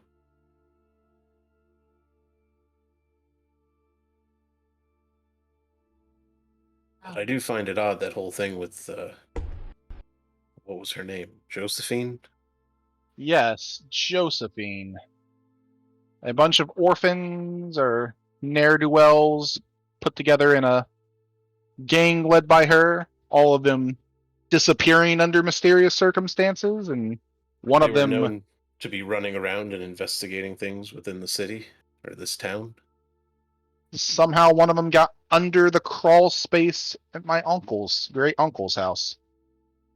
I hate to butt in on all of this conversing, but you did tell Gemma to walk away, and now you're having a full conversation. I would not doubt she could come back and overhear this at this point. Yeah, if she wants to walk Absolutely back 100%. Do I and overhear this? overhear some of it as she comes out, that's perfectly fine. I ask you, dear. I mean, she glorious did walk Neon. through a courtyard. We should see her coming back, hopefully. Sure. Yeah. Sure, What it's just- exactly do I overhear of them talking about? Please make a roll, I assume. Yeah, I suppose I should make a roll, right? Yeah, let's do a perception awareness. Okay. Let's see what I 'Cause- hear. I would understand if you made like a small remark to each other about what you saw, but that carried on for quite a while. Yeah, I mean, she was going off to do stuff, and we were talking about it behind her back. Mm-hmm. So I'm perfectly happy with her coming back and hearing something. If she does. Difficulty 6 or? Oh, yeah. 6. Okay. Oh, would you look at that? It's 2 successes. Hey, there you go. As you round the corner coming back through the little fountain area, you're at least able to hear him mention the name Josephine and her little band of cohorts. That line. So all I specifically hear is Josephine and her band of cohorts. Yeah. Was that what you said?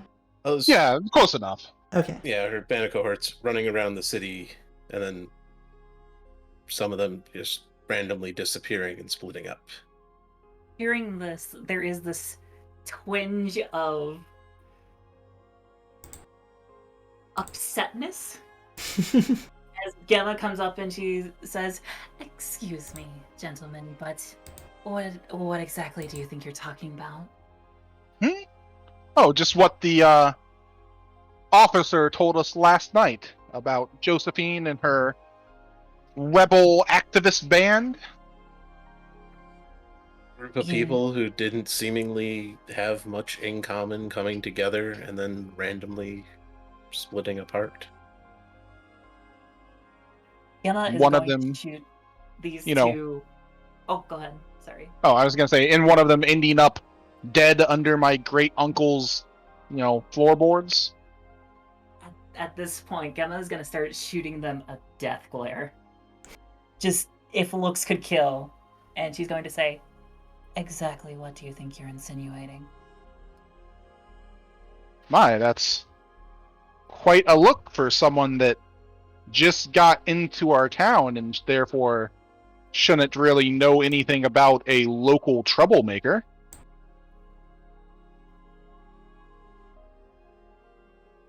Gemma's just going to turn her nose away and go, "What exactly do you think it is to you? I just don't think you should be rude." I'm certain we'll find out if there's anything more going on, or if it's just, a sad one-off story. But I believe we should head off to Dallas's house so we can make our condolences to his family. I believe that was the plan. Yes. It was my plan, at least. Then Do you let have us- some food to offer them? Do I? Do you? Do what? Do we stop by the farmer's market on the way? Yeah, we should. We should bring them food. Very well. That's perfectly fine, I suppose. All right, I guess we'll head to the farmer's market. All right. You all get into the car, and despite a little bit of water building up in Gemma's seat, you notice that as you get further away from the church, the water seems to dry up, and the wet spot on your sleeve and in the car along with it, before you've gotten to the farmer's market, it has completely dried. Well, this is most fortuitous. I'm just gonna go ahead and put this back up my sleeve, and there we go. Everything's all honky-dory. And you guys arrive at the farmer's market much earlier in the day now. It's around, maybe 1 in the afternoon, considering the time it took to do the washing machine and all of that stuff. So the farmer's market would say full as it can be in Pleasant Valley, with maybe 5 or 6 vendors there between Harold the rancher, Roger the farmer, and a couple other figures that you've seen throughout your life, Nicholas. And their stalls are full of vegetables, and a handful of the geriatric residents of Pleasant Valley meandering around, being as picky as can be, trying to select their vegetables. Well, Anthony, go to it. Yes, let us begin mingling. So, you talk around, you're able to find some pretty good vegetables at a reasonable price. And Harold the rancher, once he has a moment, he comes over and says, "Hey, what are you guys looking for?" Oh, currently found some vegetables, although could always use some nice fruit as well. But really, at this point, pressing would need some high quality meat and something really a good something. Is anyone here a good baker? Good baked goods, a good dessert? Oh, good baker? Well, closest thing I think we have is Sally down at the McDonald's. She makes a mean apple pie. The McDonald's, you mean the fast food place? Correct. I think that's the last baked good I ever had. Well, then I assume you're not going to have much competition, Anthony, when we get set up. I guess not. I thought there might be some like cake or cupcakes or muffins or something here. It just means you don't have to worry about running some poor old woman out of business. Not unless you're talking about driving all the way up to Morrisville, where they got a Walmart. Probably get yourself some muffins there, maybe. I don't take that long of a drive. If I'm gonna eat out, I'll just stop at McDonald's. No, I can whip up a fresh batch faster than making that trip. At this point, I would like to tell you that this stream is not endorsed or sponsored by McDonald's. No, if McDonald's is listening. We are not sponsored. No. We just recognize that they are everywhere. But with that said, head on down to your local McDonald's for the Yoda's Other Home channel meal. It is a Big Mac and a 10-piece nugget with a large fry and a large Coke. The nuggets are in various animal shapes. It's all boots. It's actually just all boots. But anyway, well, if you're looking for some fresh meat, I have some pork chops we just butchered up, all ready to go. Otherwise, if you want a special order, we do have some other things available. I do have we have chickens, of course. We have eggs that go with that. But if you're looking for beef, it's going to be a while before we get ready for that. Okay, well, let's place an order for the pork chops, some chicken, eggs. If we can get some high quality cuts of bacon, would be... Oh, I've got the best bacon in town. He gives you a wink, as if to say, I have the only bacon in town. And he pulls out an industrial-sized plastic wrap roll and just wraps that up in it, and then gets some paper and then wraps that on it and tapes it up, puts it on a scale, weighs it out. There you go. Pleasure doing business with you. Thank you. Always a pleasure to see you. I'm sure we'll be good friends if you're coming down here to buy a load like that every now and again. I will need to be buying more than this to supply what I need. Oh, is that so? What you doing? Well, I'm a baker. Oh, well that makes sense now in hindsight. So, what you gonna be baking around here? Other than that bacon. I'll just, everything. Breads, cakes, muffins, cupcakes. Well, sounds like you might need a lot of eggs. And I'll tell you what. And he looks to the right and looks to the left and leans in like he's gonna whisper a secret in your ear. If you ever need the hookup outside of business hours, just come on down to the ranch. That way I can get you cut straight from the stock. I will keep that in mind. Thank you. Mm-hmm. Yeah. Before he leans back, though, he says, that way Margaret doesn't get her cut of the share. And then leans back and takes the cash that you've handed him, counts it out, and puts it in a little safe drawer.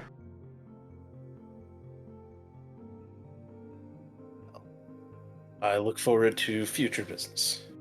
Me too! I think we're gonna be good friends. The name was Harold, and yours is? Anthony. Anthony. That's a strong name. I look forward to our business endeavors in the future, friend. Indeed.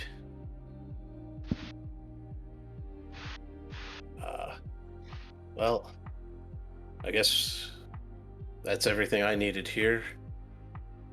Fortunately, we have nothing to bring to this poor family.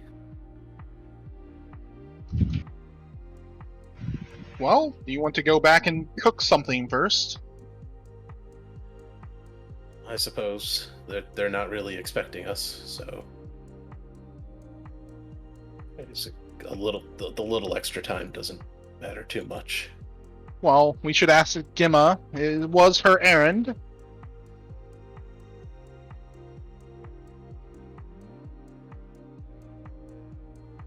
Gemma? Are you mute? Oh, yes, I'm here. Sorry, I've been just staring at those flowers over there. Oh. I suppose that, yes, we could go ahead and make something for them. Perhaps that would be a... Would you like to buy the flowers for them then? Yes. That would I be will nice. Walk over and buy any flowers she seemed to be looking for at, and hand them over to her. Perfect. Sure. You didn't have to buy that for me, but... You are a nun with, I assume, very little money, and I am a multi-millionaire surgeon. I can pay for some flowers.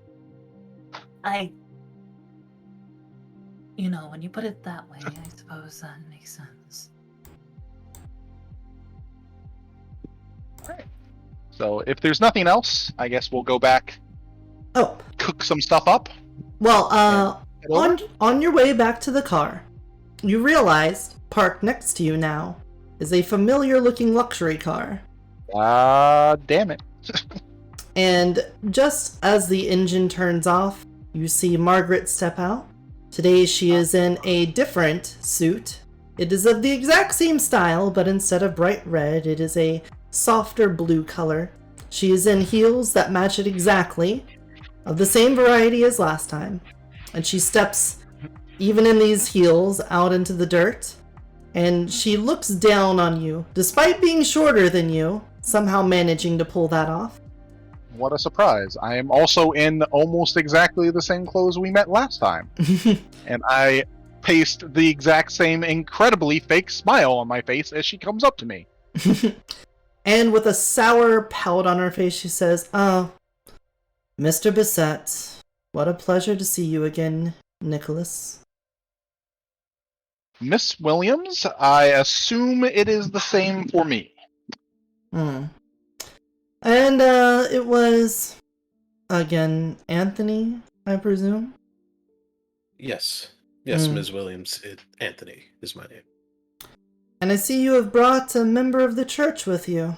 Oh, aren't we all so blessed today?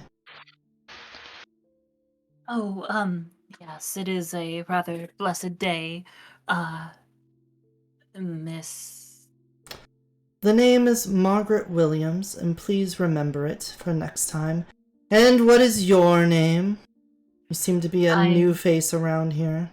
Yes, I have been brought in to assist the church. My name is Gemma Linguini. I Is that a joke? just look over at her at that last name.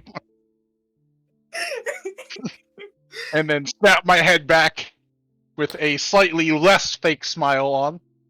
These Zoomers, I don't understand your humor, but I'm sure if I talk to Father Andrew, I can ascertain your actual identity. I don't need it from your humor. Excuse me, that is my actual name. I chose my last name. Oh, you poor soul. You know not What? what you do to yourself. Well, I would say this was a pleasure, but I have business to attend to. She pulls a clipboard out and clicks a pen and turns to survey the area. However, just as she turns, she does a double take and looks back at Gemma, right at her shoulder sleeve, and then turns and walks away. As in, right at the sleeve that she's hiding her book in. That one. What? What exactly is wrong with my last name? Nothing at all, I'm sure. It is a That perfectly is fine a pasta. completely bold-faced lie, and I'm not even trying to hide it because I have no manipulation. Gemma looks to Anthony and goes, "Well, yes, that's the whole point, isn't it?" I decided that I wanted my last name to be something that I liked, and I like Linguini. You know, as she says that, my face softens and I give her a more genuine smile. Then I'm sure if it is something that you enjoy and like, then it is better than many other people who had their name forced upon them at birth. Don't let others put you down over it. Yes, of course. Now, let's get out of here before she comes back and interrogates us some more. Yes, that would probably be for the best. Agreed. Alright. You guys, get back into your car. I need you guys, all of you, to make a perception alertness at difficulty 9. Oh. Oh, okay. And this is where the car explodes. Yeah, that's big ol' 0. Yep. Nicholas almost got that if that wasn't for that one. Yep. All the ones. Who? Oh, Holy cow. oh Nice, God. Anthony, saving us from imminent demise. Yeah, we're not gonna die in a car bomb now. Anthony, Doesn't mean it was enough. you notice inside the car, in the corner underneath one of the floor mats is a business card, but it's completely blank. Like, it's the same size as a business card with that same thickness to it. But it's blank, and it's just kind of poking out from under the floor mat.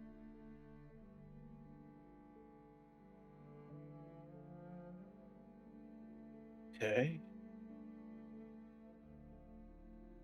I will pick it up. I'll examine it. Mm-hmm. Yep. I guess we should try to look at it a little bit differently instead of just destroying it. So, hopefully nobody's watching. I will. You're going to get your spoon out. Yes, I'll get my spoon out. I will try to use Prime Sense again. All right, go ahead, roll Arete at difficulty 4.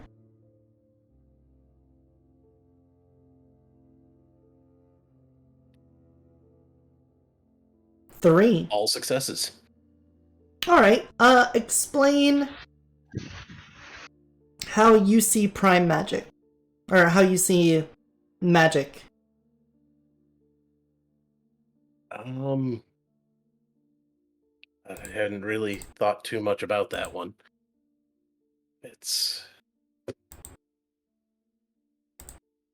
I guess it would have to be related to foods and tastes. Mm-hmm. You could taste prime magic. Because it's like, some people would see it as this misty cloud, that kind of ephemeral thing. Some people would see it as like sparkles or twinkly light. Just a moment ago, Nicholas described it as like this weave, like interconnected lines together. Mhm. So Like neurons in the brain or stars in the sky, things like that. Some people might see it as specific shapes, like perhaps golden leaves or something like that. So how does Anthony DeLuca see magic? The prime magic, before it takes form.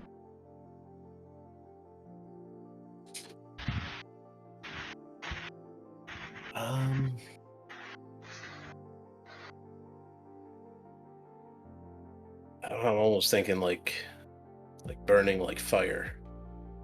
All right.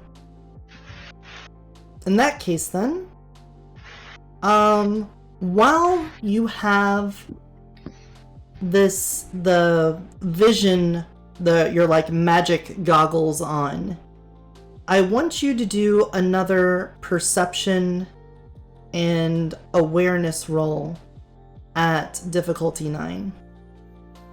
Oh god. Awareness isn't going to work very well. Always roll a single 10, Could. not a 1. Mm-hmm. Well, it's more I have no awareness. Oh no. It's all perception. One. Success. One success. Yeah.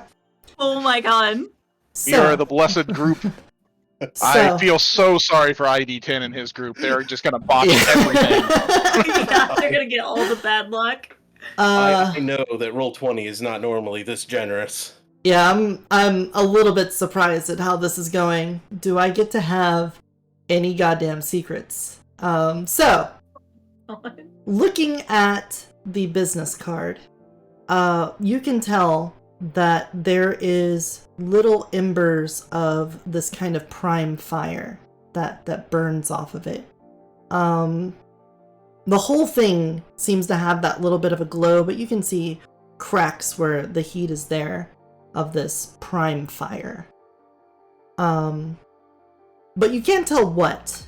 It's like the thing itself is something magical, but you aren't entirely sure what it is or what it does. But you can tell there's some kind of woven magic into it.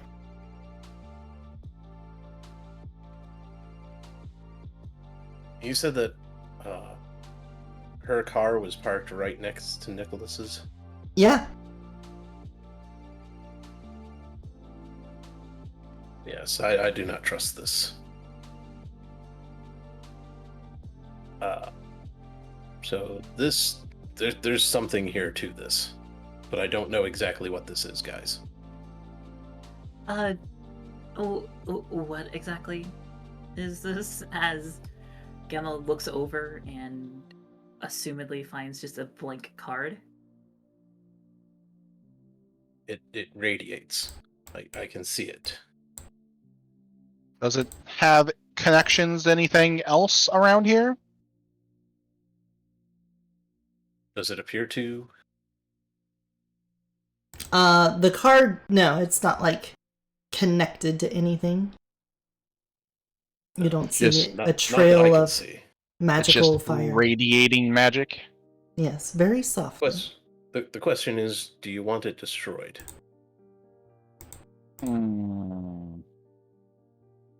Someone put a lot of trouble into dropping it into my car. And hiding it.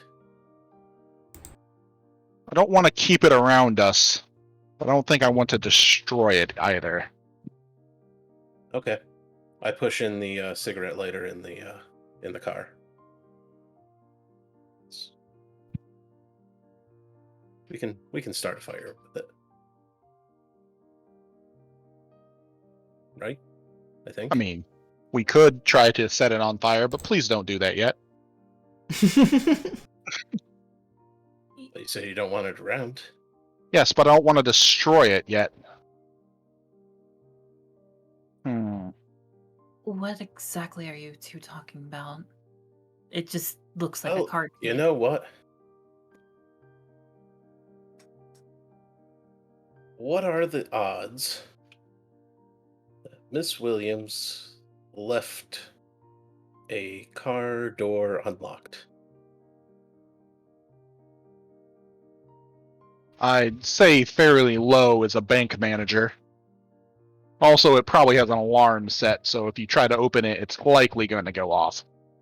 Well, that's if the door is locked. Maybe. Um, Let's make a quick stop. And everybody, if you wouldn't mind just being quiet while we drive. you don't want. I think my idea was better. I'd rather not confront her at the moment.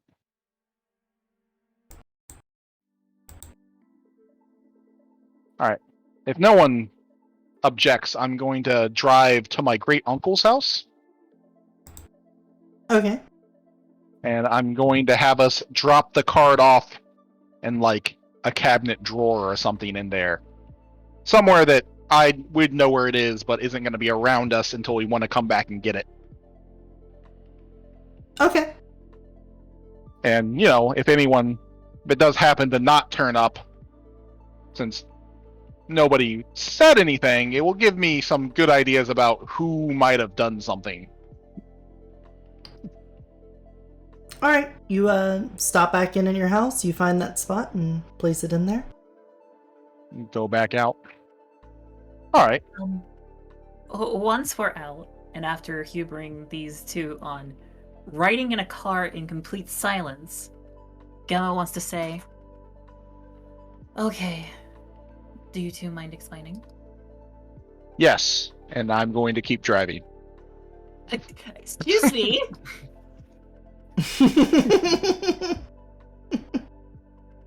No. What just happened was not normal. You. As the person whose book ejects water out of her sleeve. Well, the Lord works in mysterious ways, but I don't know what you Anthony, you said you saw something and then just listen. I gave you a bit of trust, and maybe it's fair if you give me a little bit of trust and you tell me what the heck you saw. I saw that this radiated some type of power. Looks like embers, fiery things. I Although, to be fair, I've not really experienced much with it, so I don't know what that means. I I Gemma starts to look very conflicted about this. Y- I you but I didn't see anything. But Did you I you look? I didn't see anything when we were in that basement either. Gemma just squints at Anthony, just trying to process, trying to line things up, but nothing really clicks to quite explain it fully to her. It's just I I see. I well, I'm not sure how to take that, but very well. I suppose you have satisfied what I asked, and I'll drop it.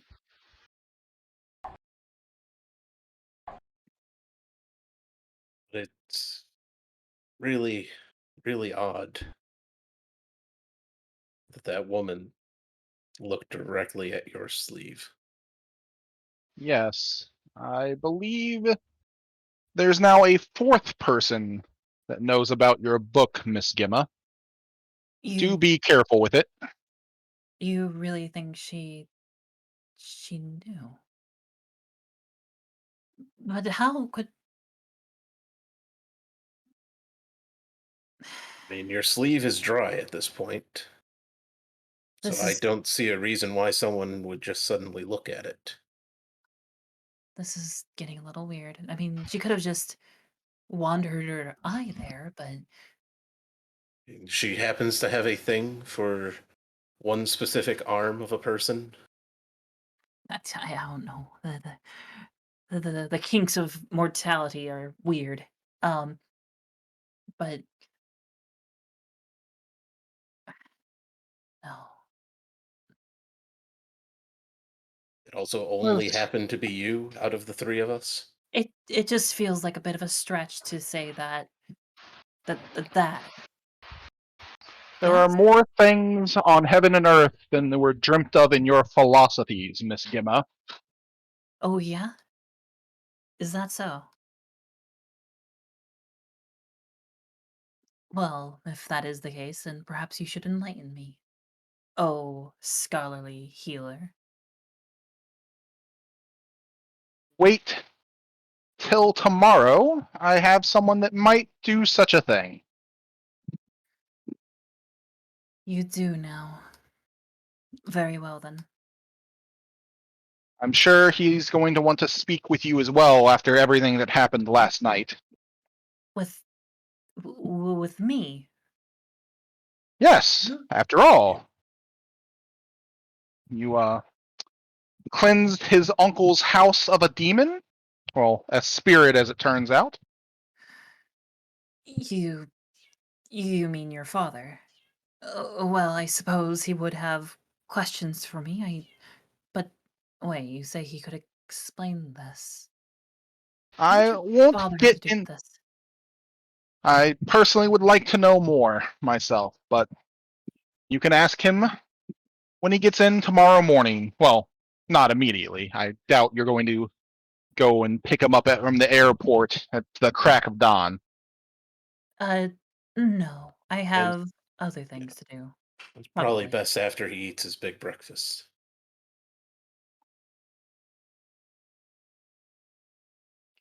As for that card, I do thank you for indulging me. I can think of very few reasons someone would put an object into someone else's car, and none of them are very good. I'm just Okay. taking precautions. Wanted to put it back into her car. Yes, but then we wouldn't have it for tomorrow. Well, that is true. Though we may still not. If it was some sort of tracking device, I'm sure they'll find out soon and it will likely be gone before we get back to it. The tracking device? It's amazing what you can do with technology these days.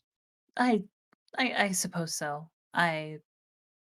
Perhaps I'm just a little out of the loop. By the way, that was Margaret Williams, the bank manager. And the Uh, bank which owns most of this valley that isn't owned by my family. I see. I well, hmm, I suppose she would have interest in you then. Yes, she seems to have a lot of interests in the valley, and none of them seem to be very good in my opinion. I So I perhaps I'm see. as biased against banks as I am against churches. Hmm. Oh, well, I suppose on that note, we should get going. Uh, Uh, we really, it well, I, shouldn't be very long. The town's fairly small. I believe we're almost there. Yes. okay, You should be rolling up to the Yes. address. So As you step out, you can see that there are several cars lined up outside the house. And it's the Fullen residence. Nicholas, you may remember um, Eric Fullen. He was someone that was in school at the same time as you, not the same class, but when you see him, you recognize him. And Eric Fullen was someone that, he kind of kept to himself, but he seems to have made a wife and a family and settled down. And he's about just a bit younger than you now. would No, would he I'm be sorry. Dallas's son? No, sorry. No. You would be older than you. You would have Okay. been in school, but then it was 7 years ago, and you're how old? Let me pull up my sheet there. Because I thought you were like Oh, late 20s. yeah, I didn't put anything in there. It's something around 27. Okay, so yes, he would be a little bit older than you, and Dallas was his son. Okay. Got it. And when you guys arrive, a knock on the door, you can see that there are a lot of other people visiting, mostly older people, and Eric is there. Eric, I'm so sorry to bother you, especially with the news you must have gotten recently. He's like holding hands with a couple people in his living room, and he gets up and comes over and goes, "I'm sorry. I'm a wreck right now. Do I know you?" I'm Nicholas. We were in school some years apart, but I'm the Nicholas? Bissett kid. Oh, yeah, Nicholas Bissett. Sorry, I couldn't put a name to you. Oh, No, thank you. I didn't even know you were in town anymore. I didn't think any of the Bissetts were still here. I just recently returned, in fact, and uh, looking over our properties is, well, Yeah, how we, yes. yeah. Uh, as it turns out, I was told of the situation by um, Captain Sullivan. He did say that the family was on the premise and found it. I kind of suspected it was your father, but that makes sense too if you came back here. I assume this is the other gentleman that was there that night. Yes, Anthony and this young lady is Gemma.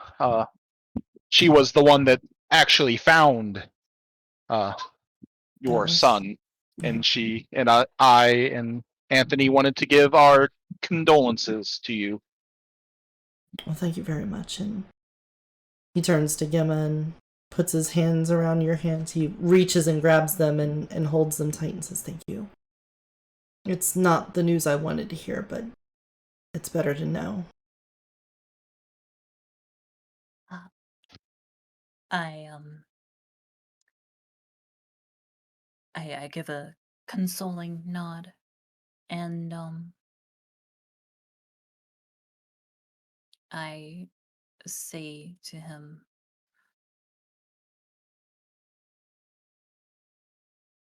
I understand.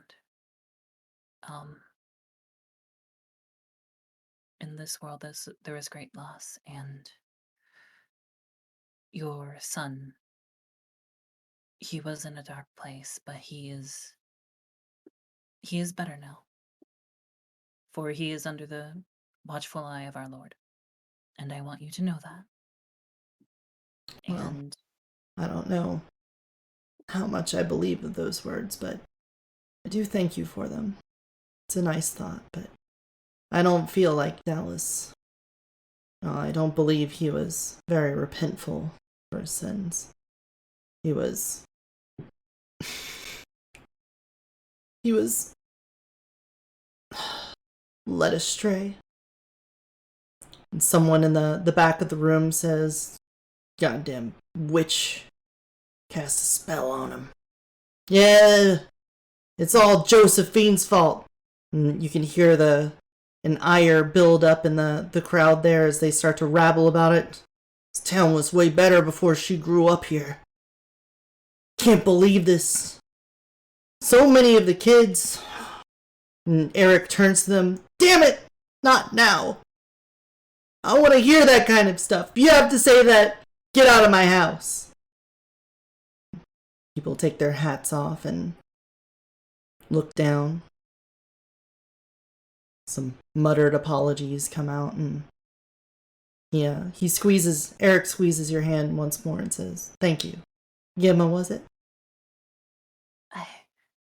Gemma just kind of looks shell-shocked for a moment before regaining some form of her composure. She says, "Yes, Gemma, I am the new sister at the church."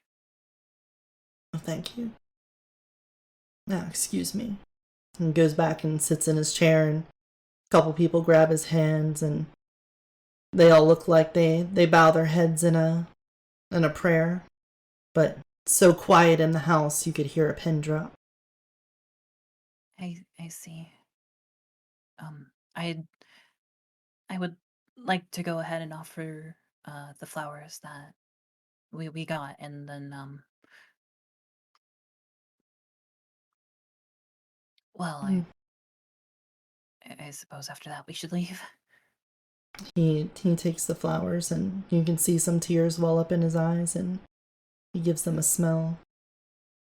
And a lady comes from the kitchen and sits down next to him, and you can see that they're together. And she takes the flowers and gives a whiff and lays them down and comes over to you and gives you a hug. She begins crying. She's bawling her eyes out now. Thank you. I don't even know you, but thank you for finding Dallas.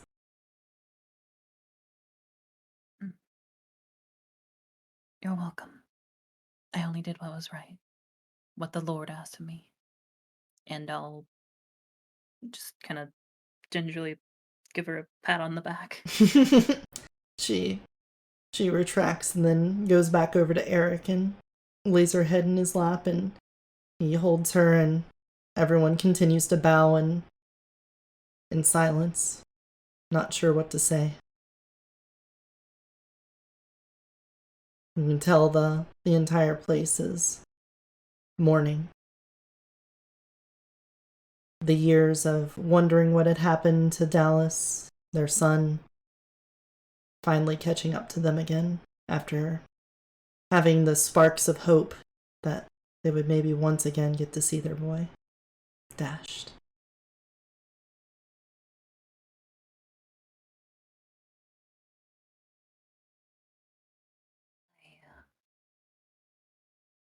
I think we're done here. Best to leave them be now.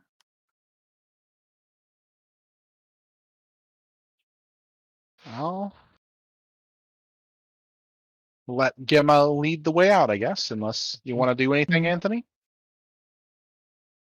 No. What I was thinking about doing, it wouldn't be right to do here. Yes. You do have etiquette, so. Yes. Yeah. So using mind powers on them to try and delve deeper into what was going on wouldn't be an appropriate thing to do. How I mean, that'd be so appropriate, inappropriate. maybe entertaining, maybe. Dramatic, possibly. I mean, if Gemma wanted to go around and give her condolences and her advice and lend an ear to all these grieving people. No. I really should go now. All right. Well, as we are her ride, I don't think I'm going to leave her sitting out in the car. Mhm. Just be rude. It Mhm. would be rude, yeah. All right. So we'll go back. All right, you guys load up in the car, and where do you head to? So, about Josephine, you were saying? Don't. Not right now. I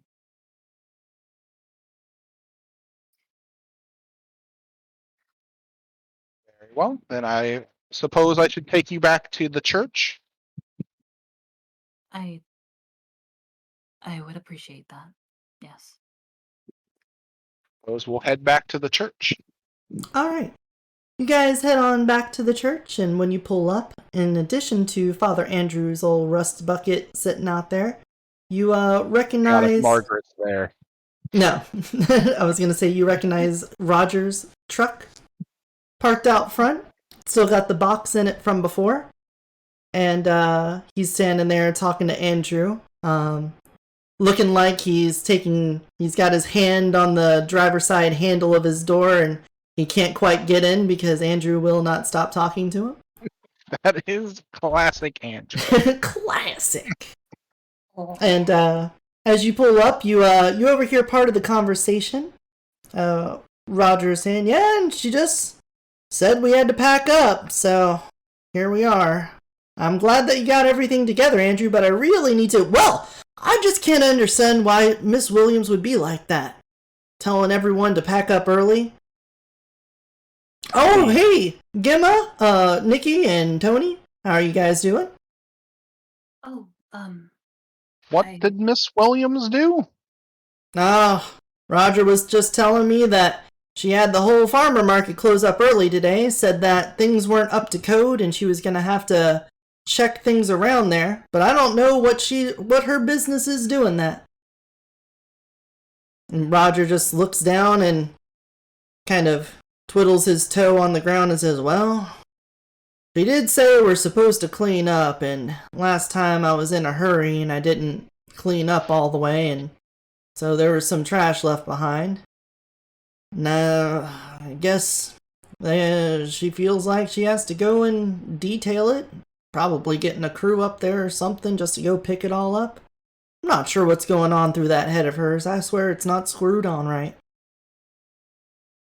It's like she finds any little reason to get us all kicked out of there at a moment's notice. It always throws my day into a loop. Today's just been a mess altogether between getting all soaking wet and getting up there and then being kicked right back out again before the day's over. I swear." Does sound like an exciting day. Well, I guess in that case then, I can take this time to go rest myself up. So if you excuse me, Father, I'm gonna head on out. Alright, well, it's always nice talking to you, Roger. And now I've got a couple of ears over here that I can pour some words into, so I can let you go.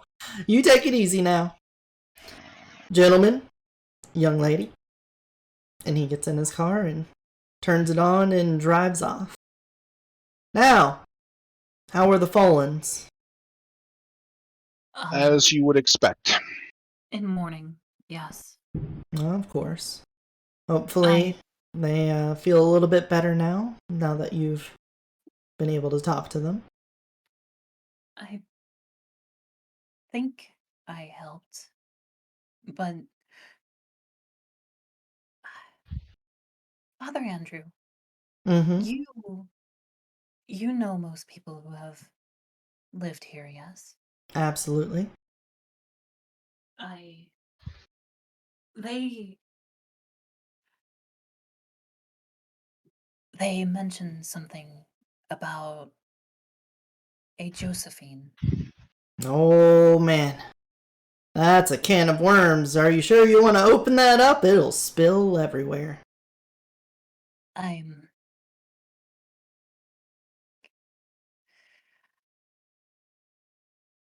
Gonna keep my eye on Emma's sleeve, by the way. If it starts pouring water or getting wet again, just let me know. I want to know the context behind what they said. They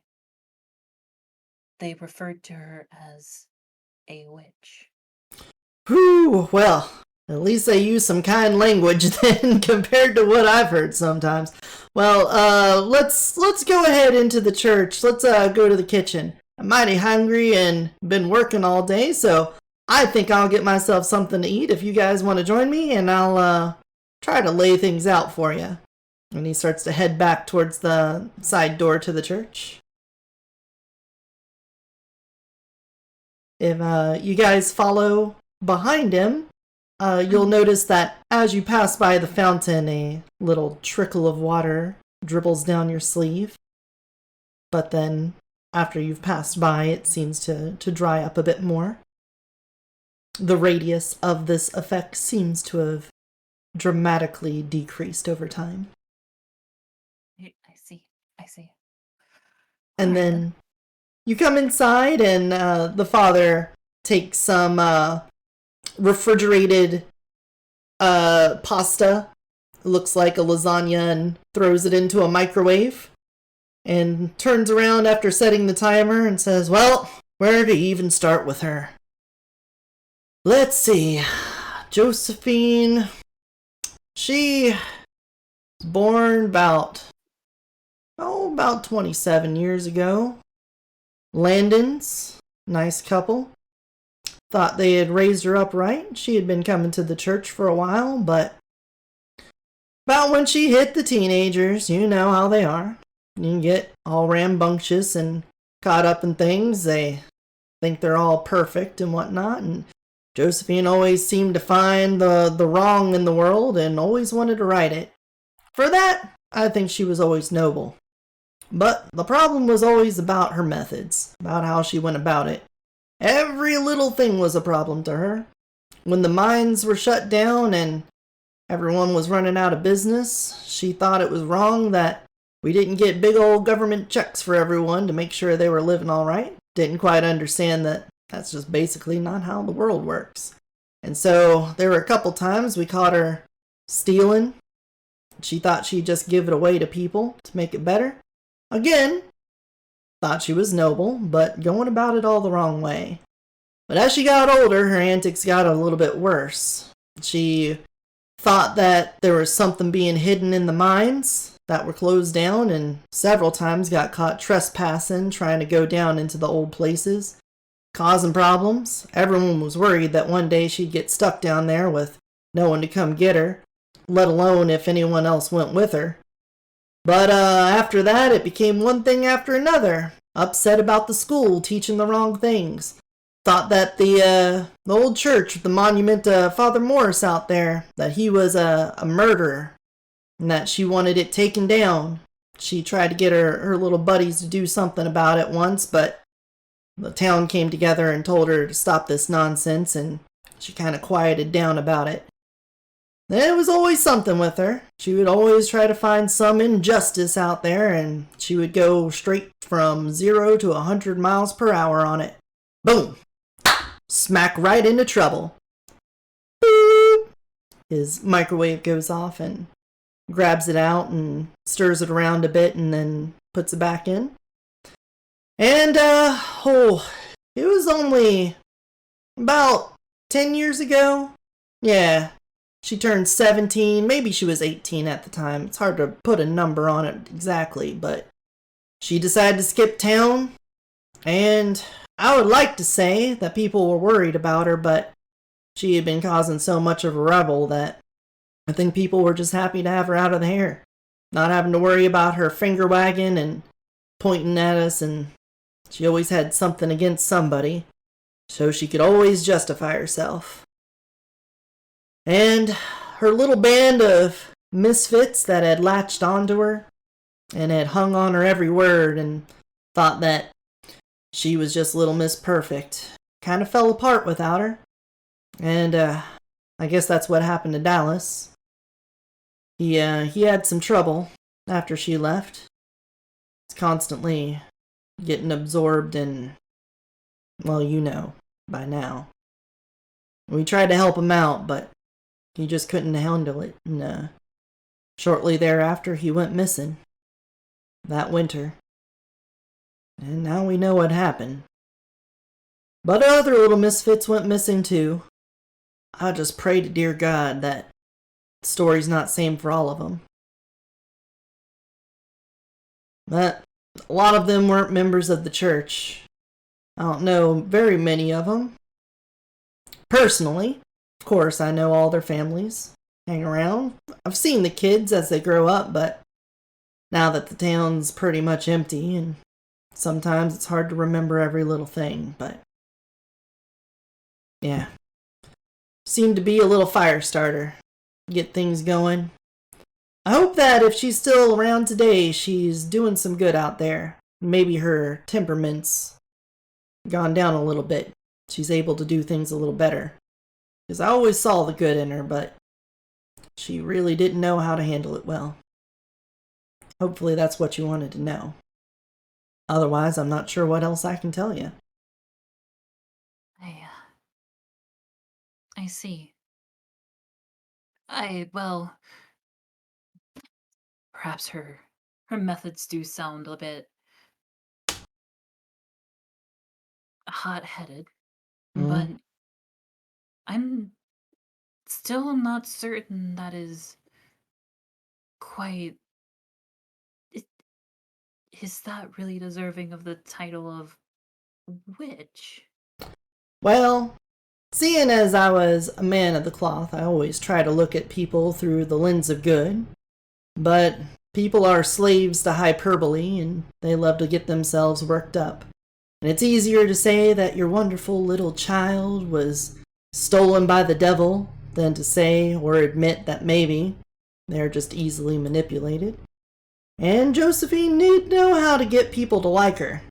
She did know how to push their buttons the right way to get them want to follow her. That's what it seemed like to me. It always seemed like she got the outcasts, the loners, and the people with very few friends to come along with her on her antics, give them a sense of purpose and belonging. I'm not sure if she did it intentionally. It might have been. Could be a little malice in her, but if I have a good reading on the kind of person she is, the best thing I would say is she probably just felt like she had strength in numbers and trying to find people that were of like mind to her. And maybe she was a little bit persuasive with it, but again, it'd be a lie to say that she didn't cause a mess or two that had to get cleaned up. So I'm sure the people that knew her closely probably thought the worst of her, especially now that we know what happened to Dallas. So, yep, there's going to be some strong feelings about her. Why do you care so much?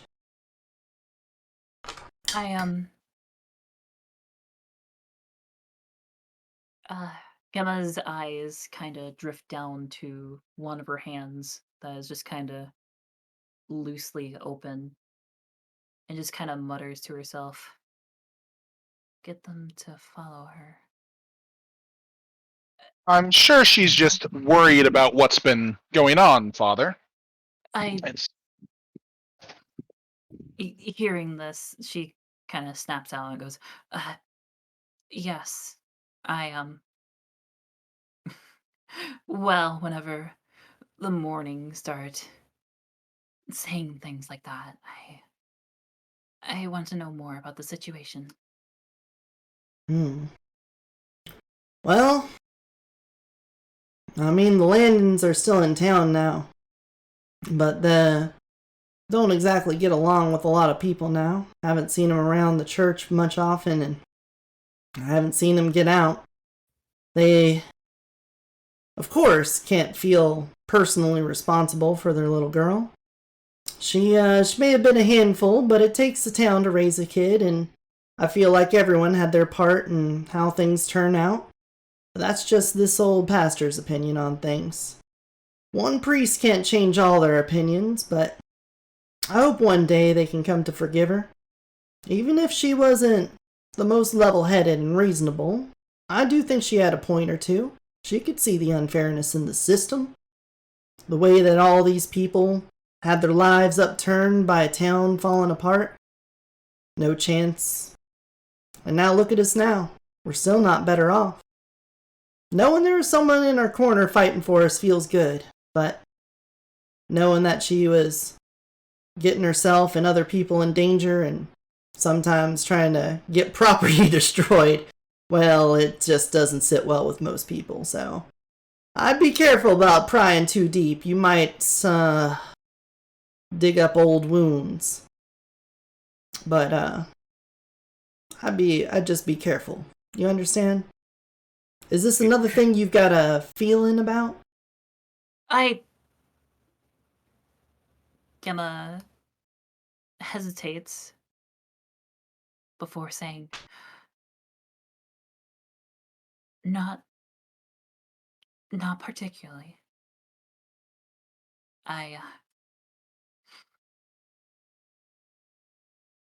I'll try not to dig too deep into it, Father Andrew. Sorry. All right. You said she tried to have property destroyed.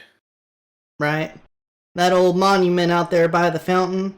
She said that Father Morris back in the day wasn't much of a good man himself.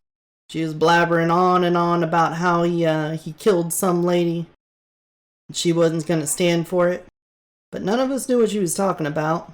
And when we tried to sit down and reason her with it, she said that nothing we said about him made sense to her. She thought it didn't deserve a monument. The whole thing should come down. But Monument's not part of the fountain, then. well, I mean, it's next to it. Again, like, out of character, it's a big prism next to the fountain with a plaque on it. No, I'm just... He saw that the fountain and stuff was magical, the monument wasn't. Mm-hmm. I was just trying to confirm that they didn't have any relation to each other. Okay. It was just... Yeah. And not just that. She thought, the school was wrong, and so she spray painted it at once. Sullivan could tell you all about that. There's several times where she thought people were bad and or wronged her, and instead of just talking to them about it, she'd do something over top like that. Go destroy their mailbox, any number of little delinquent things like that. Not big deals. Not like anyone got seriously injured or hurt or anything, just you could tell when Josephine and her little pack rats came around, they would cause so much trouble. Man, I would give anything to have another chance to sit down and talk with her and them again, instead of knowing how things went. Maybe could have changed something.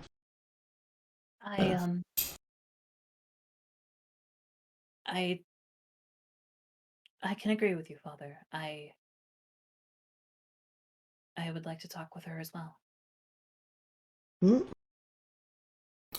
Well, sorry for you. I haven't seen her around these parts since, about 10 years ago now. Maybe 7. I don't know, it's somewhere in there. She left about before she could even get herself, drinking. I can't imagine what her and her cohorts would have been like if they had the legal substances in addition to the other ones. Hoo-wee, would that have been a mess. But, I think that's a mess I'd rather have than the one we got. Boop! And the microwave goes off again, and he pulls out the family-sized lasagna that is boiling hot on top and nearly frozen in the center. And pulls out forks from the fresh dishwasher and hands them around to everyone. Well, don't be shy, dig in. I've got no germs to share with you, so don't worry about that. And he takes a heaping bite out of it.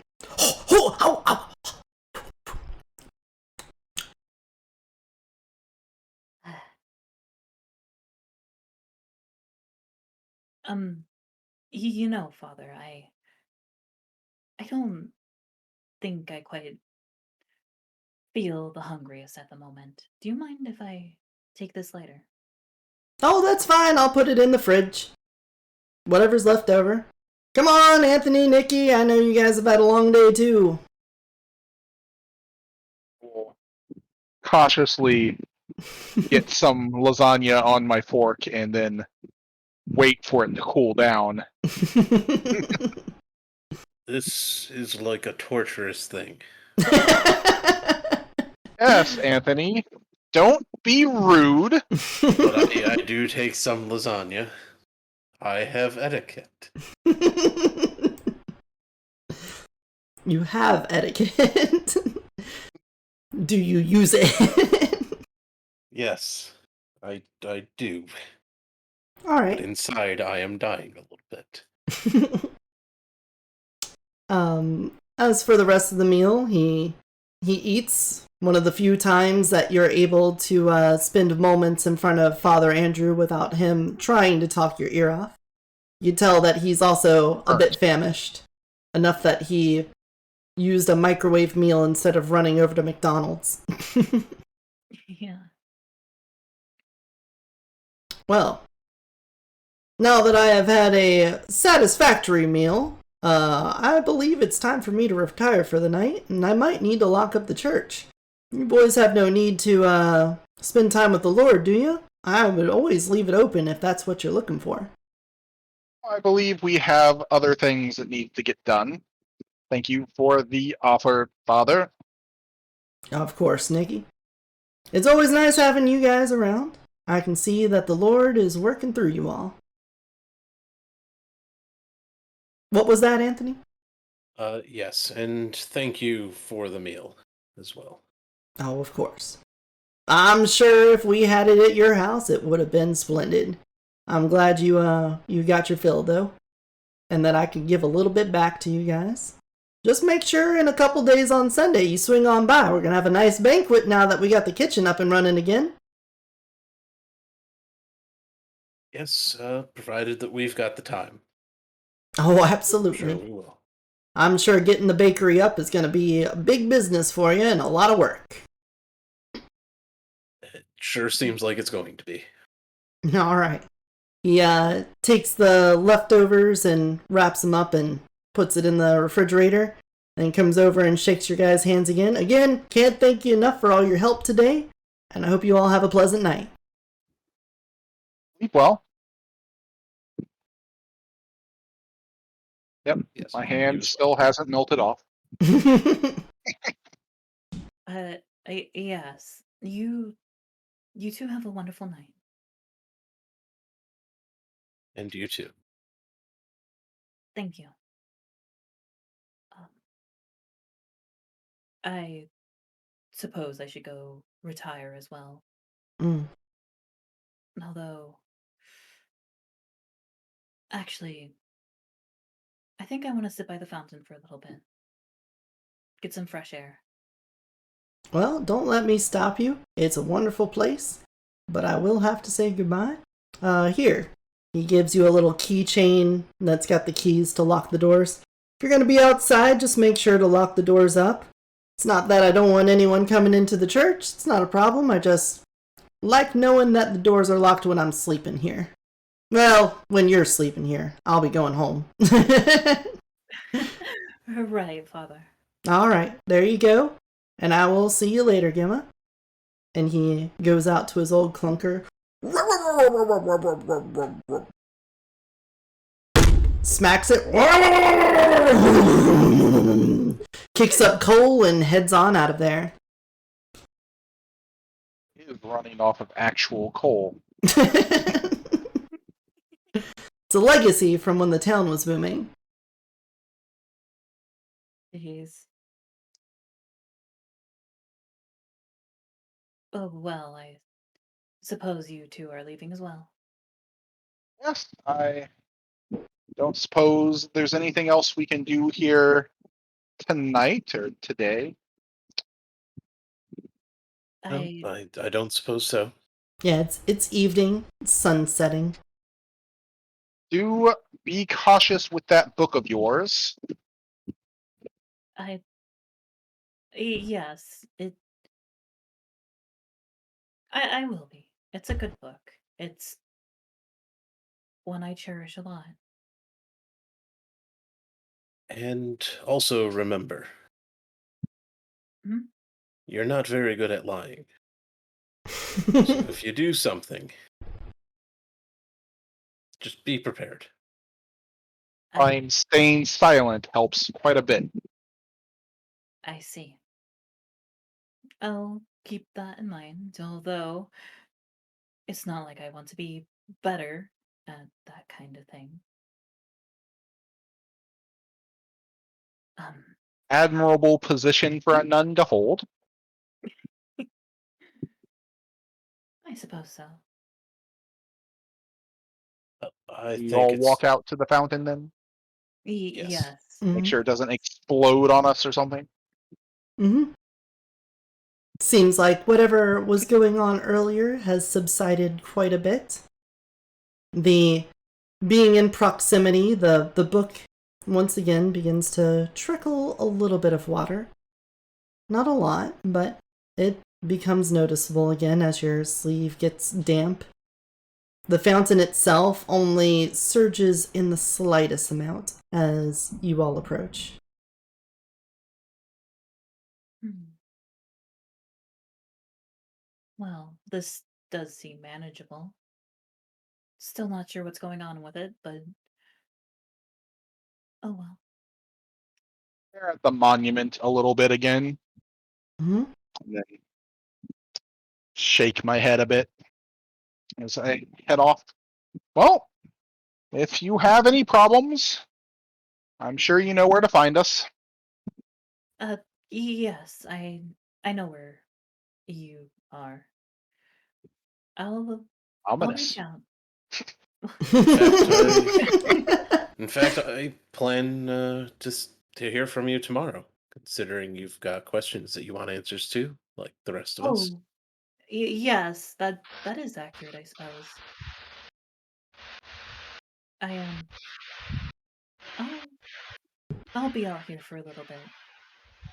But you have a safe journey and Just be safe. careful of supposed wolves or beasts coming out of the woods. You're gonna stay out at night. I I don't believe I need to worry about things like that, but if if I hear something approaching, I'll just go inside. Yes. Anthony, anything else? No, no, that's all I had to say. All right. I think we need to get home and get ready for your father to arrive.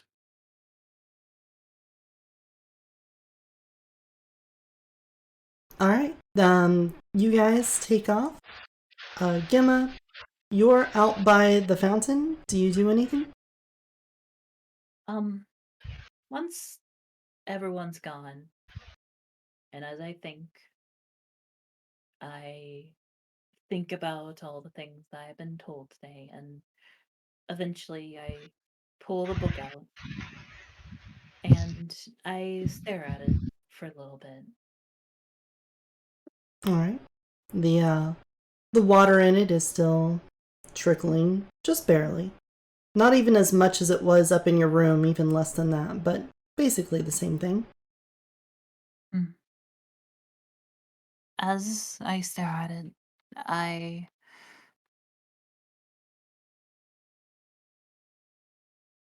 say, I don't. It's.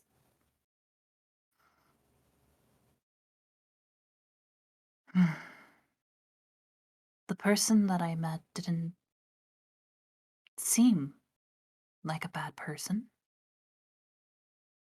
I don't think you are. But I suppose I'm a little shaken. Hearing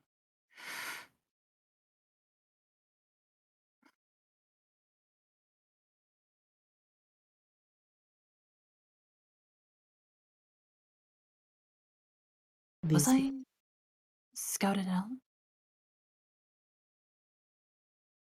Did you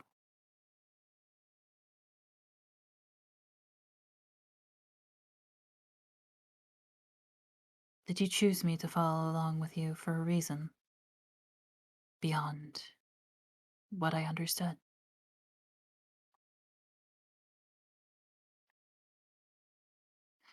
speak the words, and the only response is the continuous babbling of the fountain next to you and a slight breeze that you can watch roll across the overgrown lawn of the church and come up to you and just slightly brush back your hair. But that's all. Now a few moments, and as the sun begins to fall behind the horizon, the brook has stopped producing any water at all, and the fountain is completely normal yet again. Well, I suppose that's one thing that solved itself, I suppose. I should get inside now. With that, Gemma puts the book back in her sleeve and goes for the door, heads inside, and locks it behind her.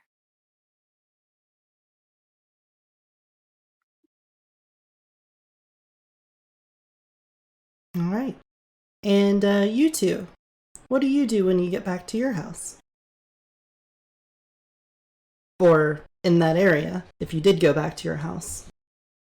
Yes, I assume we went back. Although, no, we're about to end the session, right? Yeah, I'm getting ready to Right. wrap up, but you can, if there's I am something you not wanted gonna to go onto a investigatory bent of the farmers market yet. Then if that's where you want to go, you can do that. That's fine. Do what you want to do. Don't worry about the clock. I'll tell you when the session's over. You just do what you want to do. I do want to swing by or drive by the farmers market at least on the way back. All right. In that case, then, do you drive all the way there? Like into the parking lot? I want to get a look of the parking lot and stuff, see if there's a bunch of cars or anything like that. All right. Playing it kind of cautiously because I don't really want to get caught going in and having Margaret be there at the moment. But I do want to see if they are like have a crew there cleaning things up or anything like that. All right. Well, you pull up to the farmer's market. It's like a dirt parking lot where people just kind of park where they want in the most orderly fashion people normally do. And you do see Margaret's car still there. The sun is, for you guys, the sun is still setting. There is still light there. But from where you are, you can't really see her. You can see her car in the parking lot, but it's a large enough property that you can't tell exactly where she is, or if she's in her car or not. Very interesting indeed. All right. I'm going to head back, though. I don't think we put the bacon away, did we? Just in the back of my car at this point still? Well, you did stop by your house earlier. Yeah. Yeah, I Okay. was about to to drop say. off the card. So Well, we said we were going to, but then we caught the note card, the business card and stuff, and I didn't say we ended up going back there afterwards. So look, I'm not gonna say the bacon's spoiled. look, You can I keep mean, I your have a goddamn cooler in bacon. the back of my car for reasons that need not be explained. But Well, there you go. I'm not saying it's spoiled. I'm just saying we need to get it back. Yeah. Okay. And not mix it up with what might be in said cooler. Jeez. So, all right. So, what are your thoughts on the market, Anthony? I think it's extremely odd. But then again, I've only been here a couple of days. So I don't really know what's going on. There could be a good reason. Maybe there's something that they need to do. Maybe it's not profitable at all and that they need to shut it down or someone's going to buy it. I mean, yes, I should look into anybody trying to purchase up land here. Indeed. But you seem to have a lot of mysteries piling up.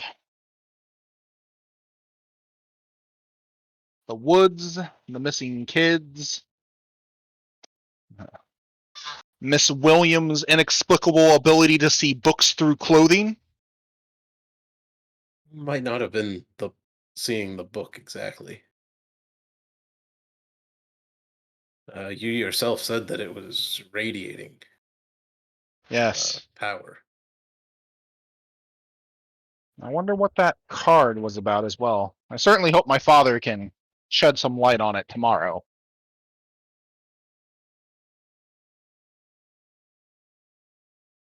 Yep, that's what I'm hoping. All right, well, let's get And back. I'd find rather. out if Gemma there did anything to that monument. Yes. I suppose we'll see about that as well. A murder of a priest. Oh, It's not impossible. It's just,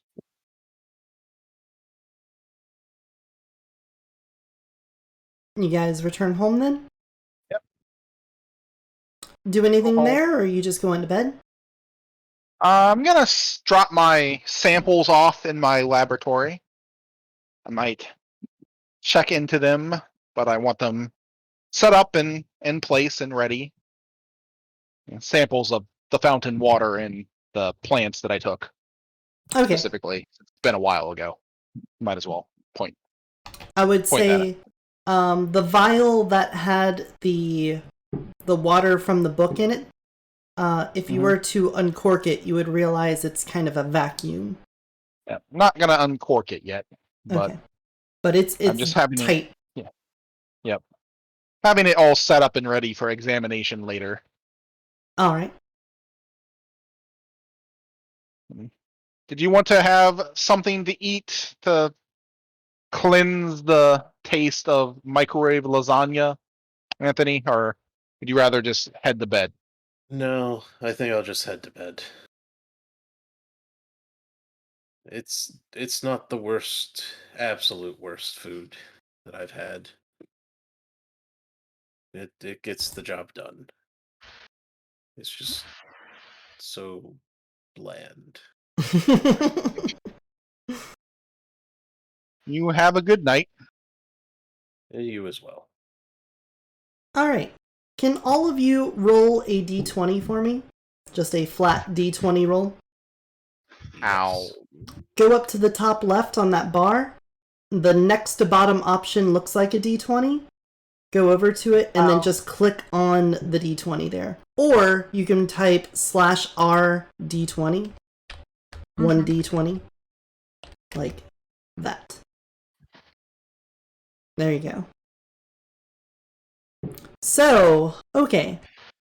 Let's start with Anthony.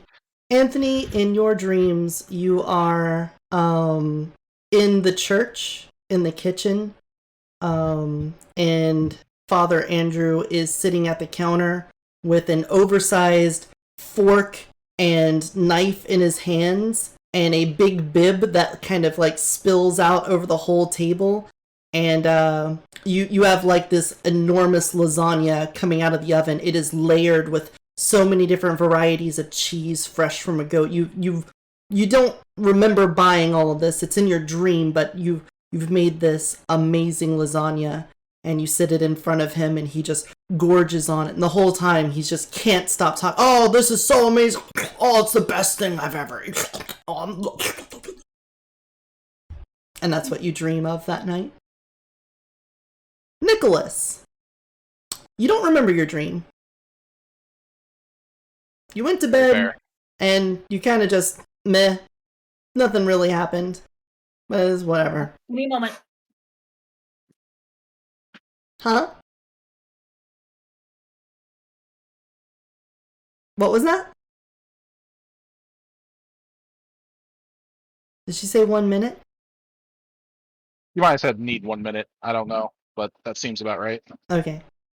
Okay, I'm good. Okay. And then, Gemma, your dreams are unsettling. You are in the church, in the little library that Father Andrew had shown you, and you're trying to clean it up. But every time you get one shelf organized, you look at the next one and it's disheveled, and then you look back in front of you and everything's back to being a mess. And you open a book and water starts coming out of it and it starts to splash in your face, and then you open another book and it's also flooding out at you, and now you realize you're standing on a ladder about 50 feet up and the shelves are stretching all the way up and you're falling back, and then you fall out of your bed and wake up on the floor. And that's what you dreamed. And that's the end of today's session.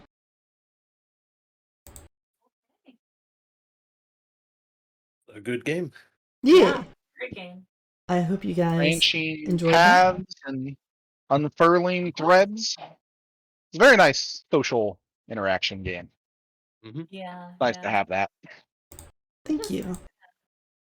All right. So now let's divvy up some experience points. Everyone gets automatically at least one. Mm-hmm.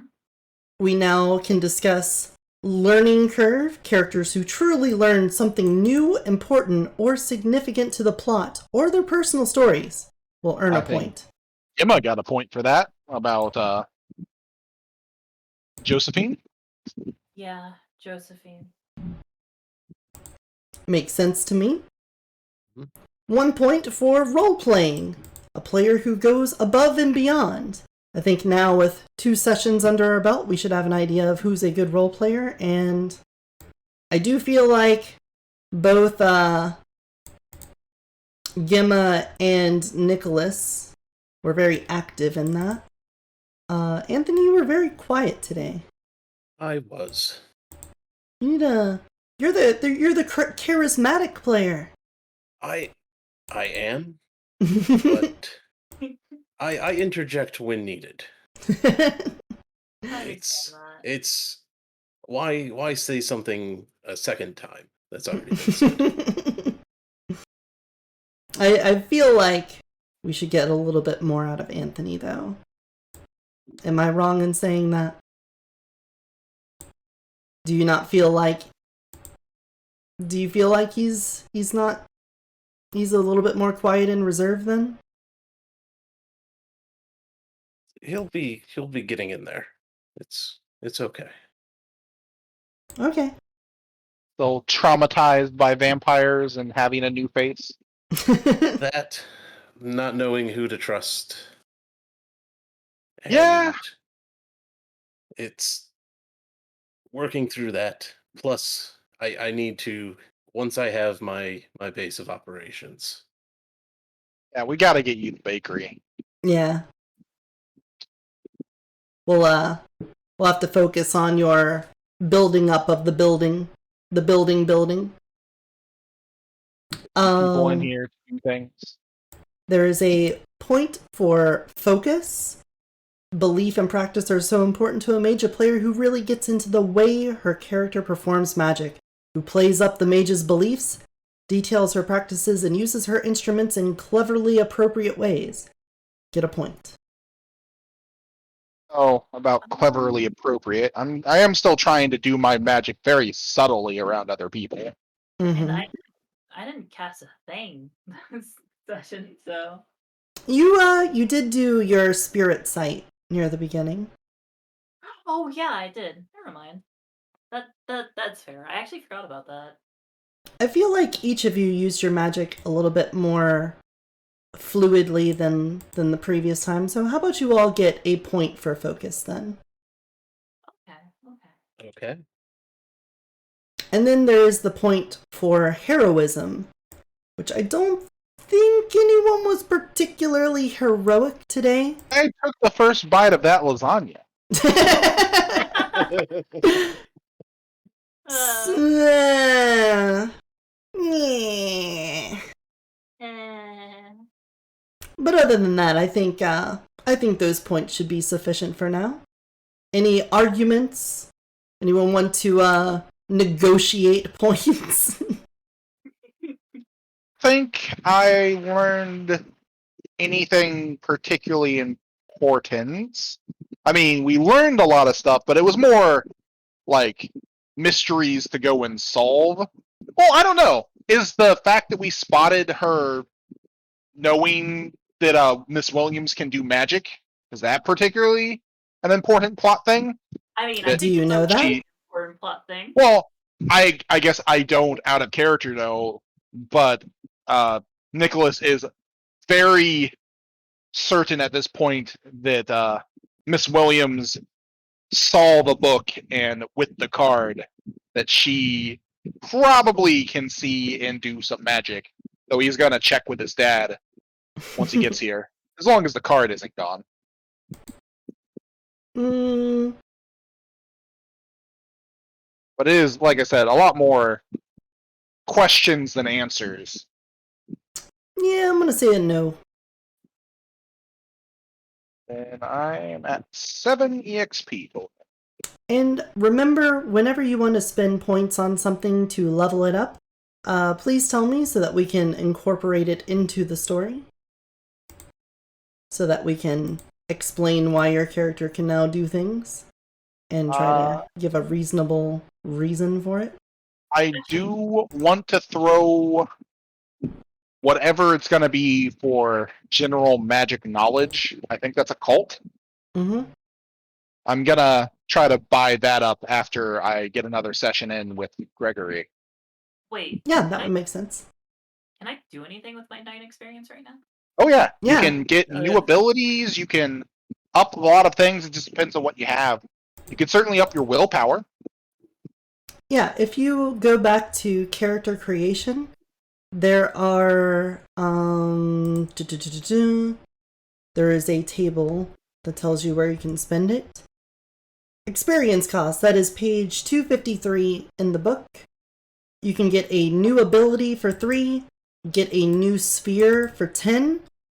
If you want to increase your affinity sphere, which is like your primary one, it's its current rating times 7 for that amount. So if it's like your main ones, which one? Forces? My main one, it's kind of split between forces and life. Well, they're kind of both my main. If, for me, for example, 3 life would cost me 21 points to get to 4 life. Yes. Yeah. So if you want to save up for that, then it would be 21 for that. If it's another sphere, it's the current rating times 8. So if you choose life as your main one, then forces would be 24 to up to 4. Oh, I see. Okay. Arete is its current rating times 8. So if it's currently 3 and you want to go to 4, that's also 24. If you want to up an attribute, its current rating times 4. Up an ability, it's its current rating times 2. If you want an up a background, that's current rating times 3. And willpower is current rating times 1. Oh, so upgrading willpower is actually pretty easy. Willpower is super important too. Mm-hmm. Yeah. Yeah, that makes sense. we'd be spending a lot more of it in our quintessence if we weren't hitting every roll. True. Yeah, if we started Yeah. failing rolls more often, Mm-hmm. You would have to be spending willpower to stop paradox. But you guys are cheating, so whatever. Not botching a single roll through like 3 sessions. I know session 0 wasn't like a whole lot of true rolling, but still 3 sessions and not a botch is kind of silly. Yeah, no, yeah, you got me. I've broken into the Roll20 mainframe. I'm making sure we don't fail. I mean, we got close. We've had failures with ones in them, just not enough ones. You for a botch. particularly have hit a lot of 1s in your 0s today. Yes. Yeah, I think today we got the closest to actually just straight up failing. Well, But it's I still think kind of it was a good story. We did a lot today. There were lots of seeds sown. Is there anything you guys want to say to YouTube before we end the recording? Thanks You. for watching. Yeah, you, wonderful person who watched all of this. I love you and you're amazing. Have a great day. Smash that like button. Smash! the like button.